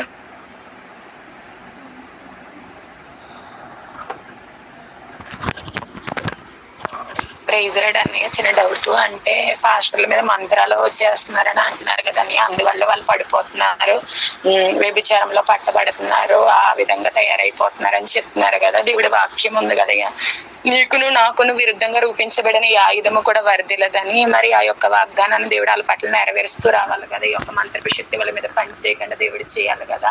వాళ్ళు కూడా ప్రేయర్స్ లో ఉంటున్నారు, వాళ్ళు కూడా ఫాస్టింగ్ ప్రేయర్స్ చేస్తున్నారు, వాక్యాన్ని ధ్యానిస్తా ఉంటున్నారు, అయినప్పటికీ వాళ్ళ మీద మంత్రాలు ఎందుకు చేత పని చేస్తున్నాయని ఇది ఒక డౌట్ అండి. అమ్మ ఎందుచేత పని చేస్తున్నాయంటే, మీరు ఎక్కడైనా పెద్ద పెద్ద పాస్టర్లను చూడండి, నేము ఫేమ్ కోసం పనిచేస్తారు. వాళ్ళు డబ్బు రావాలి, పేరు రావాలి, వాళ్ళు వేసుకున్న డ్రెస్సింగ్ బట్టే చెప్పేయచ్చు. వీళ్ళు ఈ విధంగా ఉన్నారు కాబట్టి వీరి మీద ఆ ఎఫెక్ట్ పనిచేస్తుంది. డబ్బులు అవసరం లేదు, పేరు ప్రఖ్యాతలు అవసరం లేదు, దేవుడు పెడితే తింటా, దేవుడు ఎక్కడ నడిపిస్తే అక్కడ ఉన్నావో వాళ్ళు దాన్ని జయిస్తారు. వాళ్ళని చూసి సైతాను భయపడి అది వెళ్ళిపోతుంది, వాళ్ళ మీద పని చేయదు. ఇంకా కొంతమంది ఎట్లా ఉంటారంటే, అరే నేను ఏడ పాపంలో పడిపోతాను అని చెప్పి వాళ్ళు వాక్య ప్రకారం దేవుని ఒక స్వరం వింటూ దేవుడు చెప్తేనే చేసేటోళ్ళు ఉంటారు. కొంతమంది సేవకులు కొన్ని ప్రాంతాలకు రాకపోవడానికి కారణం ఏంది, వాళ్ళు అడిగినప్పుడు సరే బ్రదర్ నేను ప్రేయర్లో పెడతాను, దేవుడు నాకు పంపిస్తే నేను వస్తా అంటారు. వీళ్ళకి భయం, ఎక్కడ పడిపోతాము, డబ్బులు ఇస్తే కూడా వాళ్ళకి షేక్ వస్తుంటుంది, భయం అవుతుంటుంది, ఎక్కడ పడిపోతాము. దానియేలు భక్తునికి డబ్బులు ఇస్తే వద్దని చెప్పిండు. ఎలీషా అనే దైవజనునికి నయోమన్ అనే వ్యక్తి డబ్బులు ఇస్తా అంటే వద్దు, పేదలకు ఇచ్చే అన్నాడు. గెహాజీ ఏం చేసిండు, అదే డబ్బుల కోసం పరిగెత్తి శాపం తెచ్చుకున్నాడు. కొంతమంది సేవకులు డబ్బులకి భయపడతారు, ఎందుకంటే శాపం వస్తుంది, పడిపోతాము, వద్దు, ఏదో కొన్ని రోజులు చేసుకొని వెళ్ళిపోదాము. కొంతమంది అన్ని డబ్బులు రాని దేవుడు చూసుకుంటాడు, ప్రార్థన చేస్తున్నా, దేవుని సేవనే కదా నేను చేసేదని చెప్పి వాళ్ళు ఆ స్థాయికి వెళ్ళిపోతారు. దేవుడు ఒకటి చెప్తా ఉంటే వాళ్ళ సొంత మైండ్ ఉపయోగిస్తున్నారు. పౌలు భక్తుడు ఆ మాట కూడా రేజ్ చేస్తాడు ఒక దగ్గర, నాకు ఎంతో జ్ఞానం ఉంది, ఎంతో చాతుర్యం ఉంది, కానీ అదన్నీ నేను వాడతలేను, అవన్నీ నేను పెంటగా ఎంచిన అంటున్నాడు. కొంతమంది ఏంది, నేను ఎంటెక్ చదివినా, నేను బీటెక్ చేసిన, నేను ఇంత బైబిల్ ట్రైనింగ్ చేసిన, నేను తోపు, నేను తురుము, నేను నాది, ఇదే ఉన్నది ఆడ. వాళ్ళ దేవుని జ్ఞానాన్ని వాళ్ళు వాడకుండా, దేవుడు చెప్పింది వినకుండా, వాళ్ళ సొంతంగా మైండ్లో ఏదో వస్తుందో ఆ పాలసీ తీసుకొని వస్తున్నారు, దానివల్లే పడిపోతున్నారు. ఇప్పుడు ప్రవీణ్ కుమార్ గారు ఉన్నారు, ఆంధ్రాలో ఫ్యాన్ వస్తుంది అన్నాడు, తెలంగాణలో కారు వస్తుందని, రెండు రాలేదు. అందరూ దాన్ని ఎక్కిరిస్తూ ఉన్నారు. ఆ మాట చెప్పకపోతే అయ్యిపోతుండే. అక్కడ ఆ ప్రవచనం చెప్పడానికి కారణం ఏం తెలుసా, అక్కడ చాలామంది ఆ టైంలో లీడర్లు వచ్చారు, వాళ్ళని సాటిస్ఫై చేయడానికి చెప్పిండు ఆయన. కార్ పార్టీ లీడర్స్ వచ్చారు, ఫ్యాన్ పార్టీ లీడర్స్ వచ్చారు. ఈయన కొంచెం స్కామ్లో దొరకటం వల్ల వాళ్ళని లేపటానికి ఆ మాటలు చెప్పిండు ఆడ. అది దేవుని చెప్పినవి కాదు కాబట్టి అవి నెరవేరలేదు. అది పాల్ పృథ్వీ గారు అని చెప్పి ఇంక ఈయన అసిస్టెంట్ ఉంటాడు, అమ్మ తేజ ఈయన అసిస్టెంట్. పాల్ పృథ్వీ గారు 20 సంవత్సరాలు జగనే ఉంటాడని చెప్పిండు. మరి లేరు అంటే డబ్బులు రావాలి కదా, డబ్బులు కావాలి చెప్తే మాకు డబ్బులు ఇస్తారు. ఎవరైనా సేవ చేసే వాళ్ళు ఉంటారు కదా, వాళ్ళు రాజకీయంలో అస్సలు పోకూడదు, రాజకీయాన్ని దేన్ని కూడా సపోర్ట్ చేయకూడదు. కొంతమంది పాస్టర్స్ ప్రచారంలో తిరిగి పలానా దానికి ఓటేయండి అని చెప్తారు, ఉన్నారు. మా హైదరాబాద్లో కూడా సేవకులు ఉన్నారు.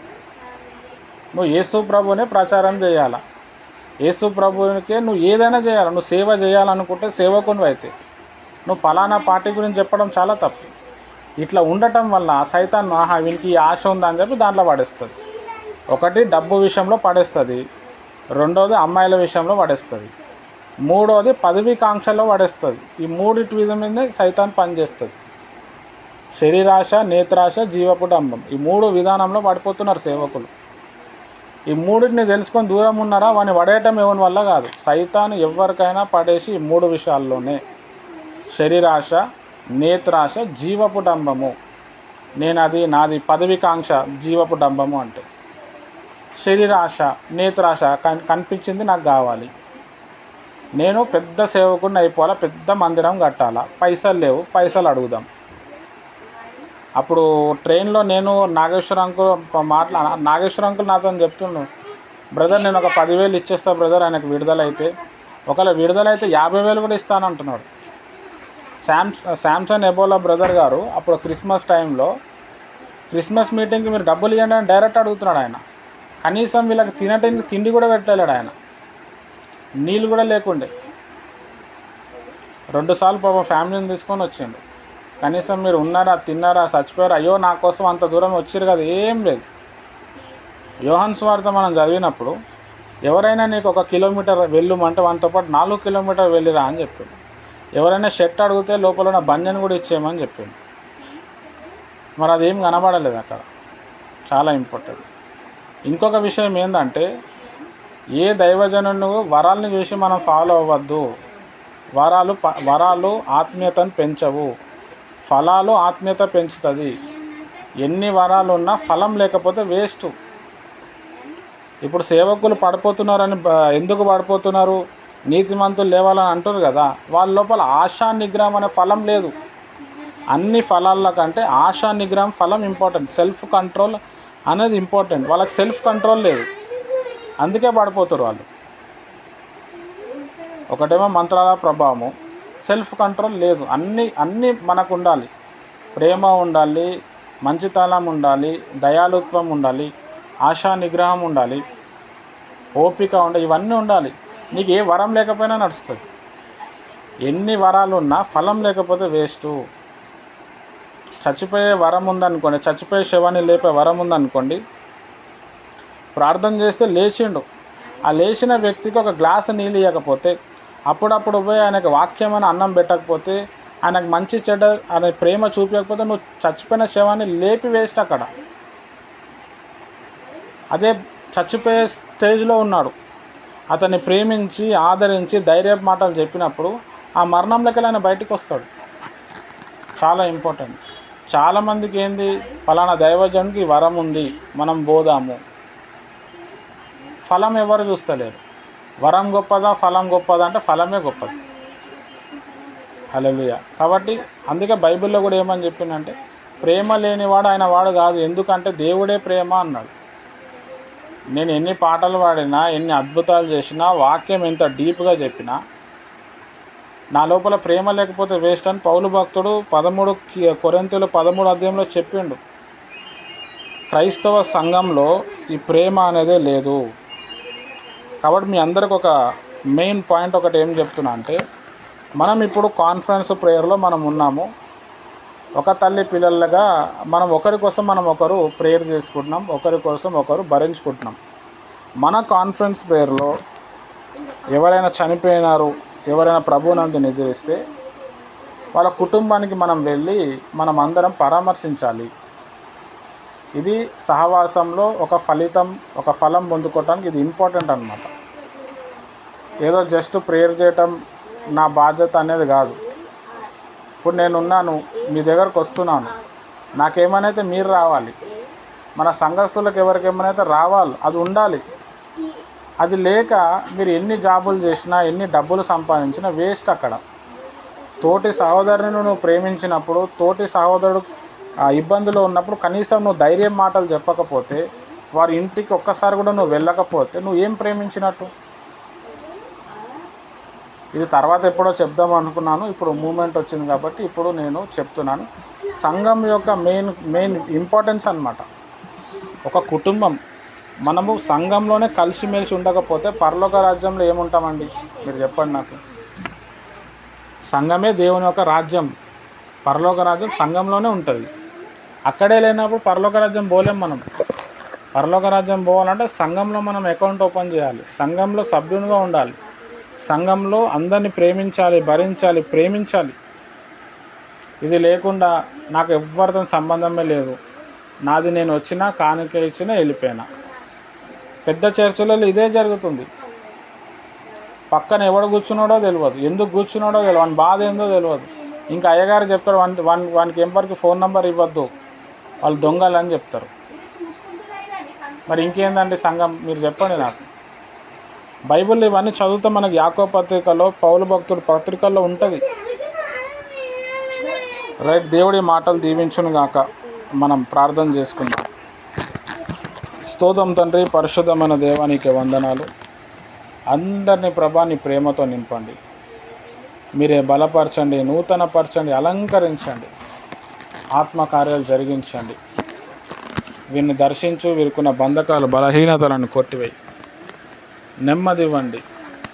జీసీ బీవింగ్టన్ గారు ప్రభా ఎలా అయితే ఆత్మపూర్ణులుగా సేవ చేశారో మేము కూడా అదే విధంగా చేయుట కృప అనుగ్రహించి ఆత్మకార్యాలు చేయమని యేసుక్రీస్తు నామంలో ప్రార్థిస్తున్నాను తండ్రి.